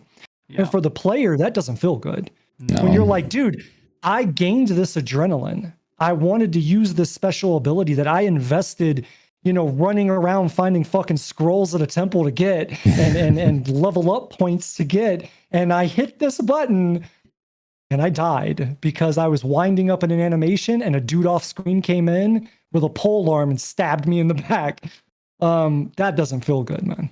And in Tsushima, that's not the case. Which is something that I really enjoyed about Tsushima, was that you weren't punished. And a lot of games do this. It's not anything to shit on Ubisoft or Shadows. But I know interesting God of War 2018 did that. Yeah, that was a big offender. What I was gonna say is what's really interesting is in AC Odyssey, if you did a skill cast, I believe that gave you iframes. It did give you iframes. I actually used that in my damage run because of it. Yeah. You could just hero strike right through things. You could, like. Yep. Yeah. It seems like every good thing that they do in this game compared to the others, there's 4 other things that just the other games did better. And they could have just kept all of it, and it could have been a perfect game. And Ubisoft game is never going to always be perfect, I guess. But you know what I mean. Man, Davey, imagine if they would just consult with a world record holder just once, and say, "Give me notes on my game." That would be nice, wouldn't it? That would be so. I would do it for free, but whatever. Yeah, no. Yeah, I recognize that, like. It was probably done to make casting skills feel more consequential, but at the end of the day, as a player, it just never feels good to get hit out of that, especially because enemies don't exactly, like, I don't know how to describe this, they don't telegraph their approach enough to the point where you can just decide, like, now's the right time. Exactly, yeah, like, they can be doing nothing, you can start your skill cast, and then their windup can begin and finish and hit you before your skill animation is done. And that just feels really awful because there's no counterplay to that, it just feels random. Yeah, I've been a victim of that. The play against it is to, like, flinch them with a shuriken first. Yeah, so the boss that I had mentioned earlier in that small room, right? I'm going to go slightly before spoilers. So when he throws his smoke bomb, you guys know what happens there. And so for obvious reasons, that can't happen. And where this like reared its ugly head was that when you throw Shadow Piercer at this guy and you hit him, whatever, when you go to throw the next one coming out of it, if you try to just smash the Shadow Piercer button immediately again, he can hit you before it goes off. And so I was like, from a no damage perspective, this run's not doable because there's nothing you can do as the player to stop that. And so after like 3-4 hours of testing on this guy, I realized that coming out of that ability, if you attack him, he is coded to automatically block, right? Ooh. And then he will automatically try to do a red attack. And in the time that it takes him to block and then wind up for the red attack, you can throw Shadow Piercer and basically do the reverse to him, which is as he's trying to do his ability, you hit him while he's in animation. Yeah, and having having to account for that kind of specificity in ability is ridiculous, I think. Like for the casual player, like there's no way you can justify them being damaged for using a mechanic that you gave them, for using an ability that you gave them that they cannot control the cancellation of. Mm-hmm. Do you think things like this would be added in the quality of life update at some point later on? No, they will. That is such a niche, like edge case. Care. They won't. Yeah. They won't. They won't dedicate time, money, and resources to that. They will and not it's do that. also the fact that you do get iframes in Odyssey and maybe even Valhalla, I don't remember, but certainly in Odyssey, which was this team's previous game, and that you don't get iframes here, to me that speaks to this being a deliberate decision. Like they designed it this way on purpose, so clearly they want it this way. I don't like that, but that's what they wanted. So Exactly. Here we are. I don't like. I mean, if I could get them to do one quality of life thing right now, and this is going to sound so stupid, and I don't know if you guys on the console side of the house have this issue. I have one too, so we'll see. And I don't know if Leo picked up on this for his playthrough, but you have an ability. I can't remember if it's in the Shinobi or the tools or whatever, but you have an ability to where you can aim and you can hit a button and quick fire whatever you have equipped, right? You don't have to aim it, it will just throw it. You cannot rebind that on mouse and keyboard. By default, it's set to G. You cannot rebind that.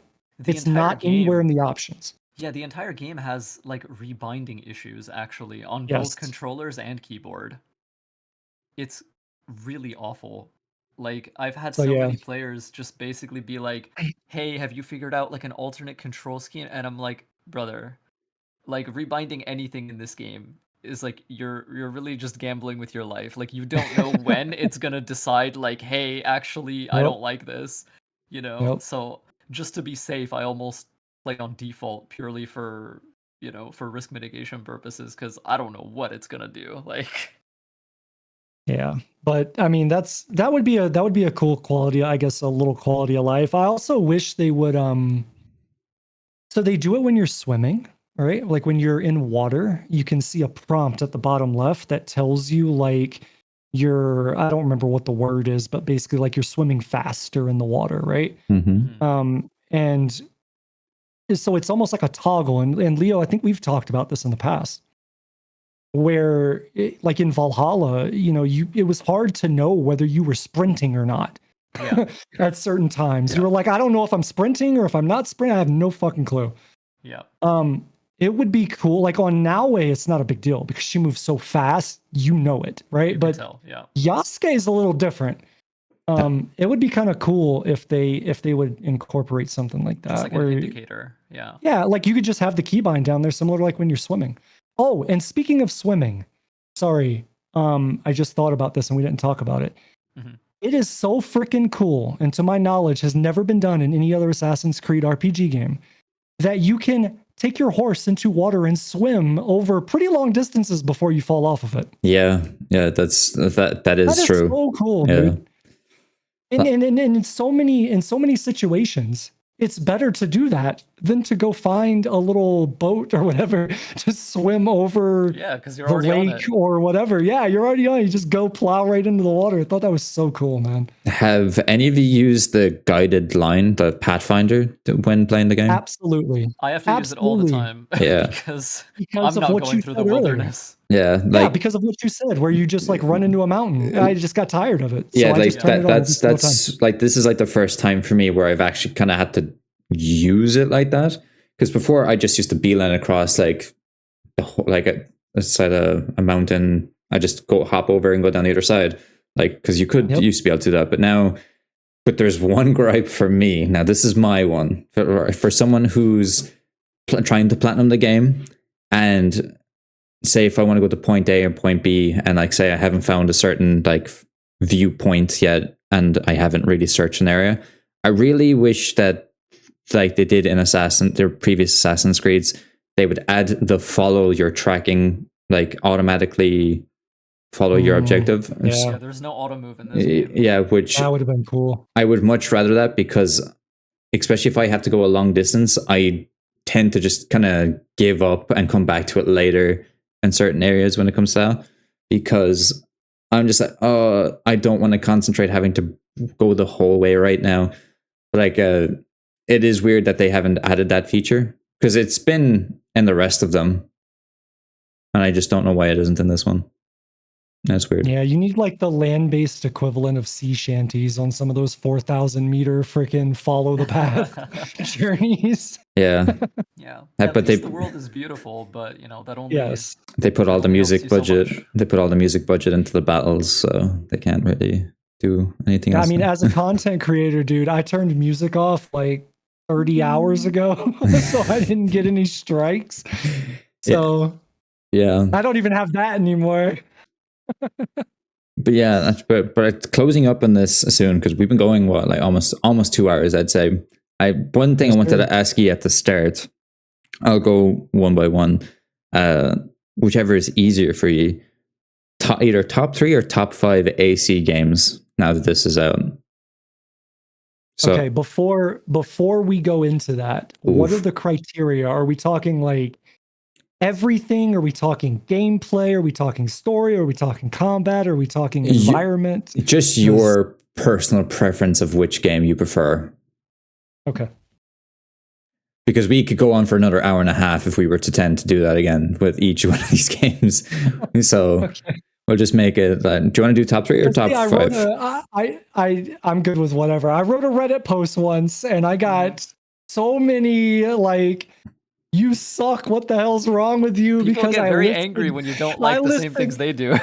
Dude, I thought I made it specific enough where I said, I'm making this list based on my no damage runs. And I thought that was specific enough, and it was not. You see, Hayete, you assumed that people on the internet read. Because when I put AC1 as my least favorite, I got crucified. You mean the repetitive game? Oh it's my favorite, and I'm not even mad about that. Yeah, like it's an icon. Like I remember when I played that back when it came out. Like, did it come out in 2008? Is that when it came out? Or 2007? Like, yeah. I think when I played it like 5 or 6 years later is when I realized that you could actually, when you assassinate someone, or when the glitch thing shows up in that game, that you can press a button and it changes the camera. I didn't know that the first time when I was a kid playing that. And then it revolutionized, like, oh my god, I could have been seeing this a different way, like there. Like, but I threw it at the bottom of my list for no damage because it was like the worst no damage combat to do. Because it was easy, or no, because it was it was unfair. Yeah, true. That combat system was very rough around the edges. I mean, for the time, it was great, but like, we've come a long way. Very rough around the edges, man. And I got crucified. Like my Assassin's Creed fandom level got called into question. Oh man, it was brutal. So that's why I asked. But yeah, top 3, top 5, whatever. It's up to you, man. Yeah, we'll go top 5 just to be curious. Leo, you can go first. Just to sprawl this question on you, but Okay. So my favorite is AC1. I think the game is just really important and really special. I recognize all of its limitations and all the stuff that's wrong with it. Of course, like I'm no fool, right? But at the end of the day, like, you love what you love, and that game, like, nothing feels like that game on just like an experience level. Like the first time, like when you don't know what Assassin's Creed is, because that was the first one I played, and of course, like, your first game is very special to you. So, that's got to be one of mine for me. I really like Brotherhood as well. It's just so smooth and so fluid in a way that I struggle to describe. Just everything about it feels so just comfortable to play. In recent times, I've actually started respecting and appreciating Odyssey a lot more. It's much easier looking back on that game, like, to recognize, like, okay, it's actually doing some very smart things. So that would be... trying to think, like, what others can I really put in there? Unity, I think, is really cool. I don't think it's one of the best games, but it's certainly one of the ones that means the most to me, personally. Just because I've done so much on it, and a lot of people know me for it, so it's kind of one of those things where when you spend so much time with something, it's easy to kind of end up appreciating the parts of it that you maybe didn't think about before. And so that's kind of where Unity is for me, where it's like the game frustrates me to no end. I hate so much about it, but it's also like it's kind of cool in its own ways, and I can't really ever, you know, put that out of my mind. And then Shadows, I really, really like. I just think, in terms of just the quality of the stealth experience, this game is just so fun. And for once in such a long time, it's an Assassin's Creed game that is genuinely kind of hard if you want to like stay undetected. And it doesn't feel particularly unfair about it either. There's just something about it. Like the overall quality just feels a cut above like most AC games, I feel like. And it makes it easy to recommend to just anyone. A lot of the time when people are like, "Hey Leo, do you recommend an AC game?" I'm like, "Okay, so are you asking me, do I recommend this to an AC fan or just like a normal person?" Because those two are very different like expectations, Yeah. right? With Shadows, it's like I feel like I can recommend this game to just like Eh, people who enjoy video games, Yeah. and that feels really cool. So Shadows has got to be one of mine. Uh, how many is that? Is that 4, 5? I think was that. You said 5. Yeah, 5. Yeah, just making sure. Yeah, that was 5. Yes. I think that was 5. All right, Mister. If we're wrong, you'll get crucified in the comments or whatever. So Yeah. All right, Hayate, hit me with it. Your top 5. Whatever way that you want to do it, or if you want to clarify first, in case people come for you anywhere, just, yeah. No. So this is just I'll kind of say why. So I think overall would be Revelations. Ooh, yes. I love the story. remember the first time I saw the intro, like the cinematic at the start of the game, right? That then leads to the title screen. What, the one And just where that, he travels to yeah, Massif? so he's traveling across like the Mediterranean or whatever to get to Masyaf Castle, Yeah, or whatever, and he's talking to Claudia. He's like, it sounds like he's writing a letter, but you hear him narrating, right? yeah. And he's just talking about the journey and how weary he is and how tired he is of the same stuff because nothing changes. And it's just like the wisdom, man. The wisdom in his words and then the music that overlays that cinematic. Yes. Ironwood It's is one of just the best so, ones. so good. And then you go through the game and the gameplay is fun. You get to craft different kinds of smoke bombs and gadgets and the just the mechanics of the game that you had at the time that were new from was 2 and Brotherhood, etc. The tower defense mini game that you get to do. Yeah, sure, yeah, like Yeah. that stuff. And the story, right? It's Like so the good. story and the ending of it. And it's just like it's such an emotional like heart jerker, and I fucking loved that, man. It's so good. It's so good. It's everything in story that I was missing from Shadows, and I wasn't even looking for that. I was looking for like 30% of that from Shadows, so like Revelations is like it holds a really special place for me. I would say after that, AC3. I like the visceral, brutal animations in combat of like what Connor does. Oh yeah. I He's a think beast. I think they're so fucking good. So I would say AC3 is on the list. For pure aesthetics, like I just want to run around in the world and I just want to be happy with what I'm looking at and just feel beauty. Odyssey. Odyssey easily. Specifically the Elysium stuff, man. Like Ooh, yeah. so beautiful. So like aesthetics, I would say Odyssey, man. If you want to go power fantasy too, I think no assassin has ever been stronger than Cassandra. Yeah, true. Shadows for stealth, easily. It's for all the reasons that Leo, I'll echo what he said. So Shadows would be on it. And then the last one, I don't know, man. Maybe Syndicate. Like I really loved Eevee, and I really loved like running around England, and like I just remember having fun with that game. Like that was the first game when I was doing the no damage challenge for all the like the series or whatever that I just wanted to just go fucking play. Like after I beat it and I was like, okay, I've got to move on now to Origins, right? Like I just wanted to go fucking play the game. I just wanted to run around and play and like 100% it and do all the little things and just like fuck off in the game. And I hadn't wanted to do that in really any of the other AC games. So maybe Syndicate for the last one. Perfect. I love Syndicate. Really good. I remember when I had COVID, and I pretty much during my entire time COVID, that was the only game I played to platinum, and I enjoyed it so much. But yeah, my top three, I'm conflicted between the top two, so I'm going to start with the fifth and then down to my favorite. So from worst to best, in my favorite opinion as well. So Unity is my number 5. I absolutely love the world there. The way they had something special with the way you went about assassinations in that game, with the multiple different ways of getting access to things. I thought that was really good. It's just a shame how it ended up at launch with how much of a buggy mess it was.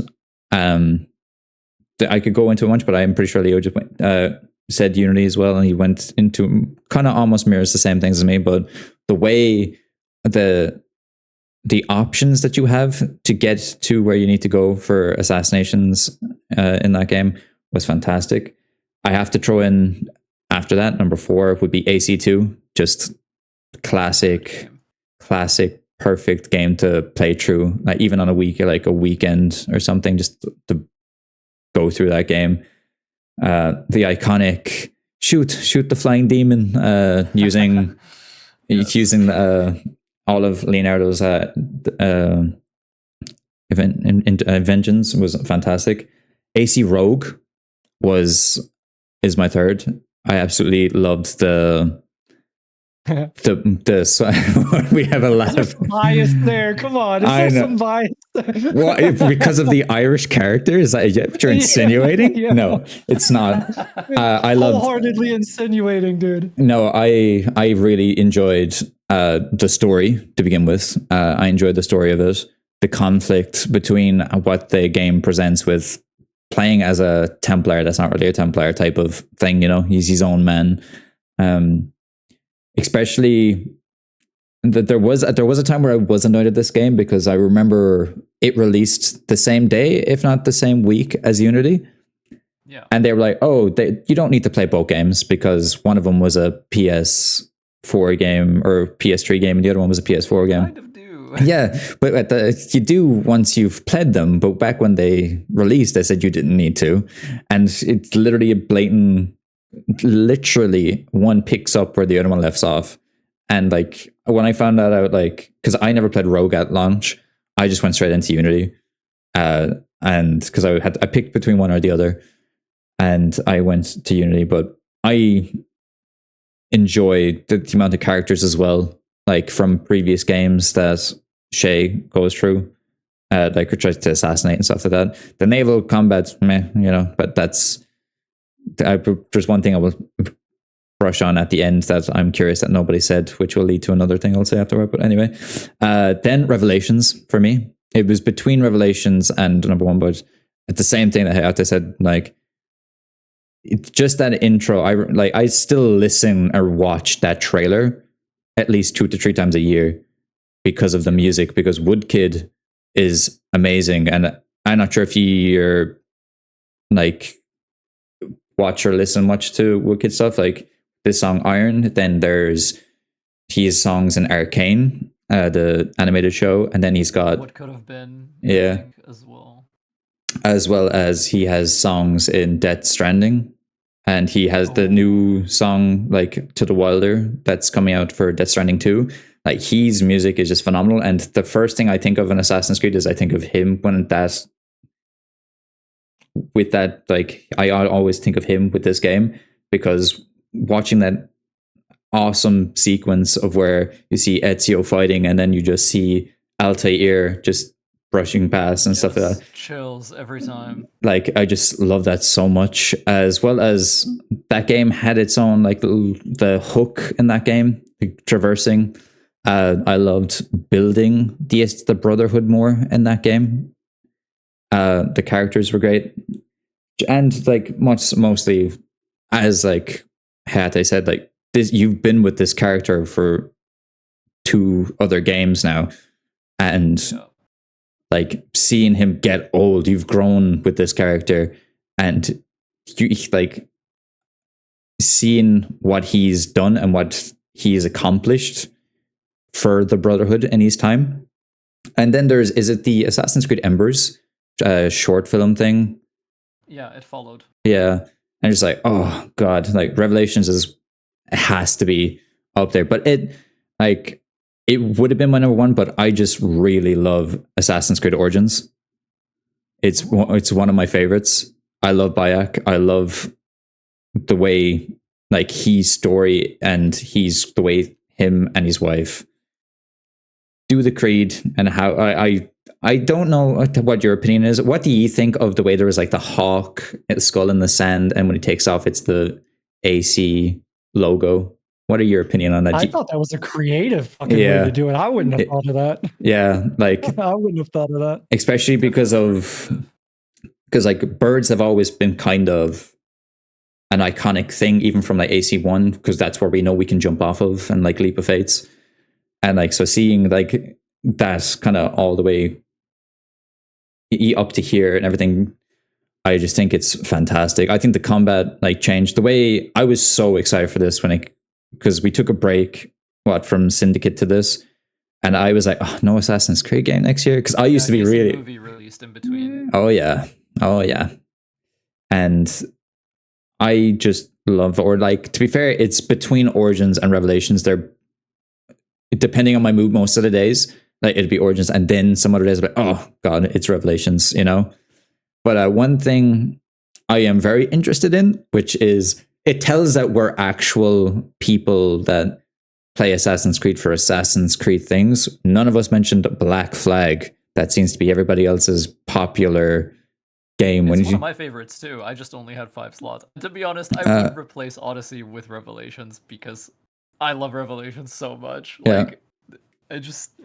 Like, Black Flag is getting a remaster in a few months' time, and that's going to be releasing this year, which is interesting.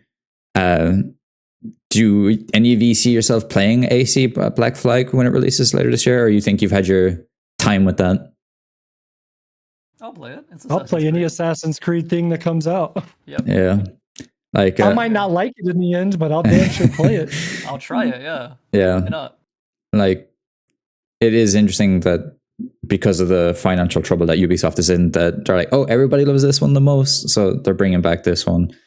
I'll probably play it depending on where we stand with where it launches, because it is very, very hectic in the gaming world. I'm very happy that this game was delayed out of the window it was, and delayed again, because I think it would have been not...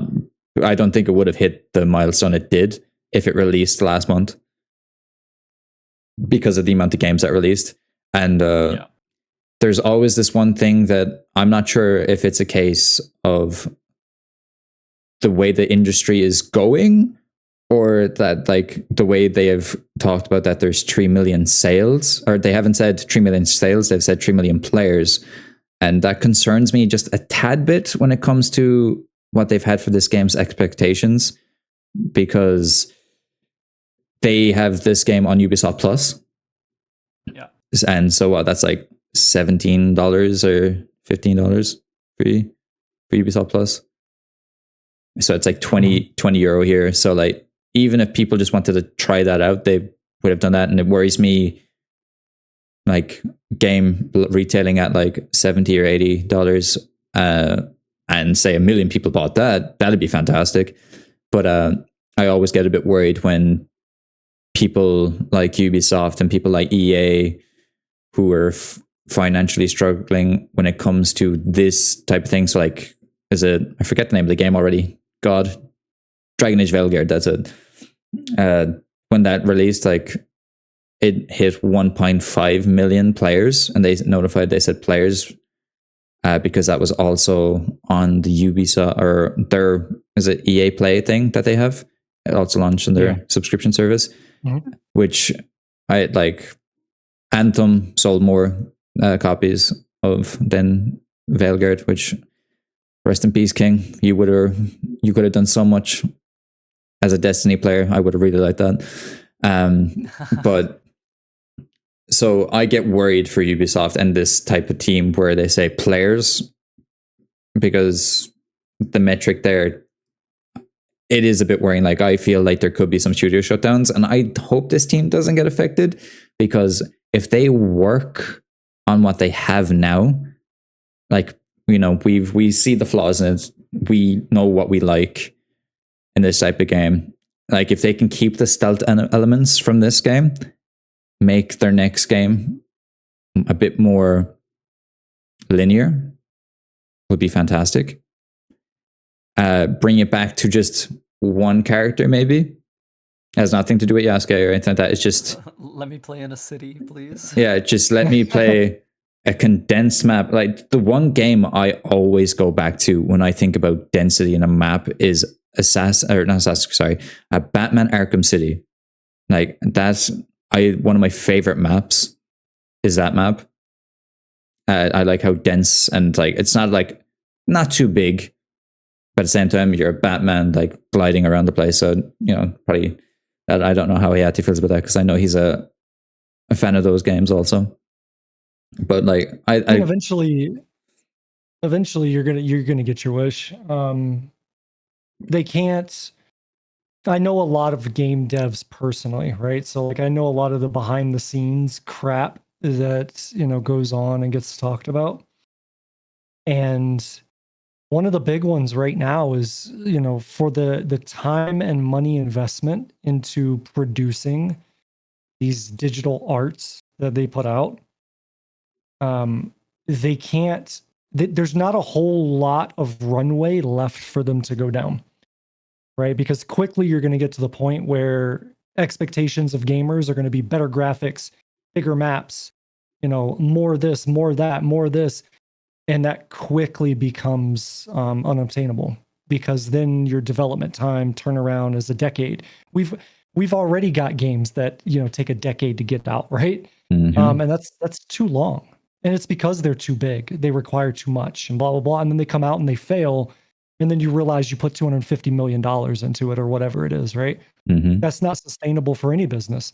So they're not going to be able to do that. I think in the future, you are going to see like, you know, graphical powerhouses and stuff, sure, but you're going to see these scaled back, more original AC type game sizes. Maybe that. like Mirage or something like that would be a happy medium. Because it's just like to produce games like this, man, not every studio is going to be able to do it. And if it ever becomes the standard, the industry will have a problem because it's just not viable. Yeah, I agree. Like, what my next question would be to both of you is, where do you want to see Assassin's Creed go next? Because like I don't know how long you were waiting for a feudal or a Japan game when it came to AC. Like, but where do you think they could go next? Do you think they could make like a spin-off game, like go back to a certain area, or do you want something like brand new again, like a whole new setting? Leo, take it, man. You're way more ingrained than I am. Okay, so honestly, right now, I really want to see whatever Hexa is doing. That game I am very curious about. I'm very interested in. I think that even just from the little teaser we saw, like that spooky, gothic, like foresty setting, I think some fans deciphered the like runes that were, you know, present in that teaser. Um,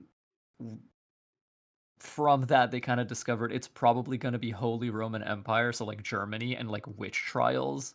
So I think that like whatever they do there, it will almost undoubtedly be like city based, will almost undoubtedly be a bit more urban, a bit more dense. I hope that it's a smaller scale game to really let them focus on presentation and stuff like that, like just, the things that Assassin's Creed players have been missing. But I think that there's a lot of potential in that because I feel like Assassin's Creed is most interesting when it's doing settings and doing archetypes that are, you know, first that are compatible with being an assassin. That matters to me a lot. Yeah. But then second, ones that are perhaps not what you would expect. You know what I mean? And so like the whole thing around witchcraft and witch trials, like that I feel like that fits Assassin's Creed themes like very well because it's all about, it's a very society problem type thing. I don't really know how else to really say it, but it just feels like there's a lot of potential and a lot of like just rich possibilities in that kind of concept for an Assassin's Creed game. So that I'm very, very curious about. I just really hope that they retain some of their improvements from stealth and just make movement feel a little bit better. Like that's about it. And yeah, I think going back to one protagonist for greater focus would be ideal. I think. Who knows if we're gonna play as a witch or something else? I have to assume that because that's what fans have discovered. But if that's the case, I could see that being really, really interesting. And people are saying, oh, there might be like magic or whatever. I don't think they would do that. I think that After Shadows we're firmly back in a part of the universe that is a bit more grounded, a bit more, maybe realistic is the wrong word for it, but you get what I mean. More grounded. Certainly less, yeah, more grounded. Just you're not really having all these like outlandish abilities and powers for the most part. So I do suspect, or at least hope, that they do retain a more grounded tone, a more immersive and like authentic tone. And whatever they do with that, I'm really curious about. Just yeah, like give me a great city game to run around in, and yeah, just focus on telling a compelling story. I feel like I really miss those aspects of Assassin's Creed where you could play one of these games and you could get a story that entertains you all the way through. Like I feel like I miss that more than anything right now. So yeah. Yeah, that's perfect. Anything to add, Hayete? Anything that you want or would like to see? Yeah, I mean, I mostly echo what he said about Hex. Hex is the very first game where my wife, who is like a Animal Crossing, Power World, Palia type person, she was like, "I'm gonna fucking play that game because it's a female witch and I get to assassinate people." So they got my wife interested in that. I'm really interested to see what it is because she is not their demographic at all. Gotta play that together. Yeah, so I'm really interested to see how that game turns out. But I would like to. This might be a little controversial, and it might be a little hard to implement.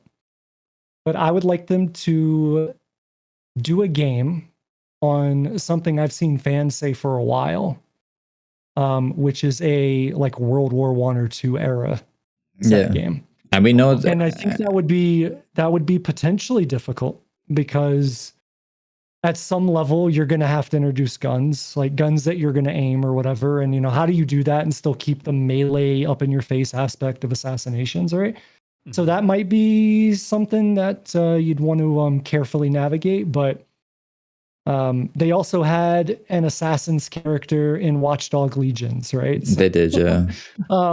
I would love to see maybe that be the dry run for like a first step into maybe doing like a modern day Assassin's game, man.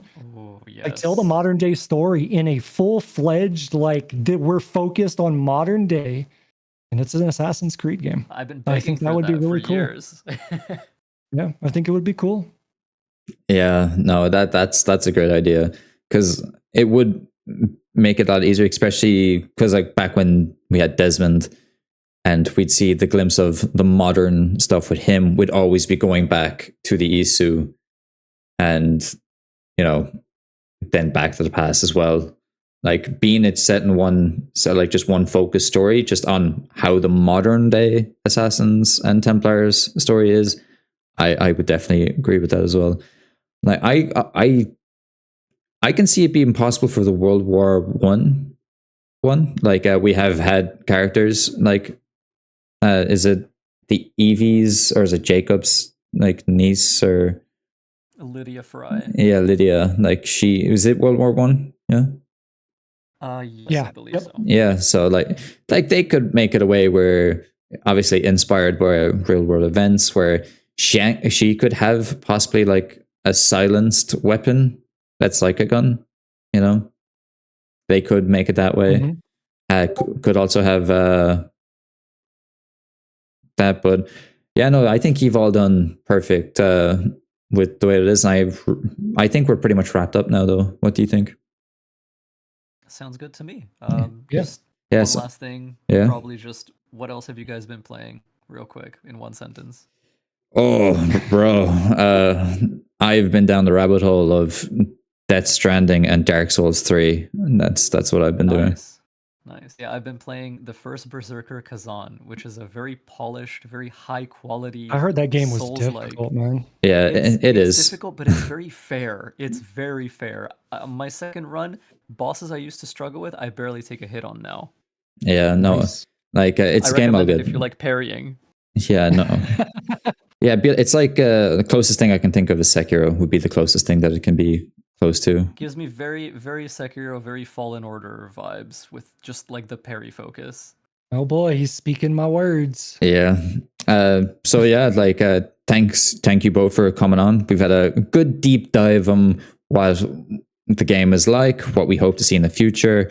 Yeah, so we'll close off here with Hayete is to let their socials, and I'll have a link for your channel in the description. And for audio listeners, where can they find you? Mostly on YouTube. I stream occasionally. I'm on pretty much any social you go to. Just search Hayete Bahadori and you'll find me. Yeah, and Leo, same with yourself. Same with myself, yeah. Mostly on YouTube. It would be youtube.com/LeoK Rogue. Perfect. But yeah, so thanks, guys. Thanks for coming along. I appreciate it. Hopefully, we'll meet up again soon. But yeah, till next time, I guess. I appreciate it.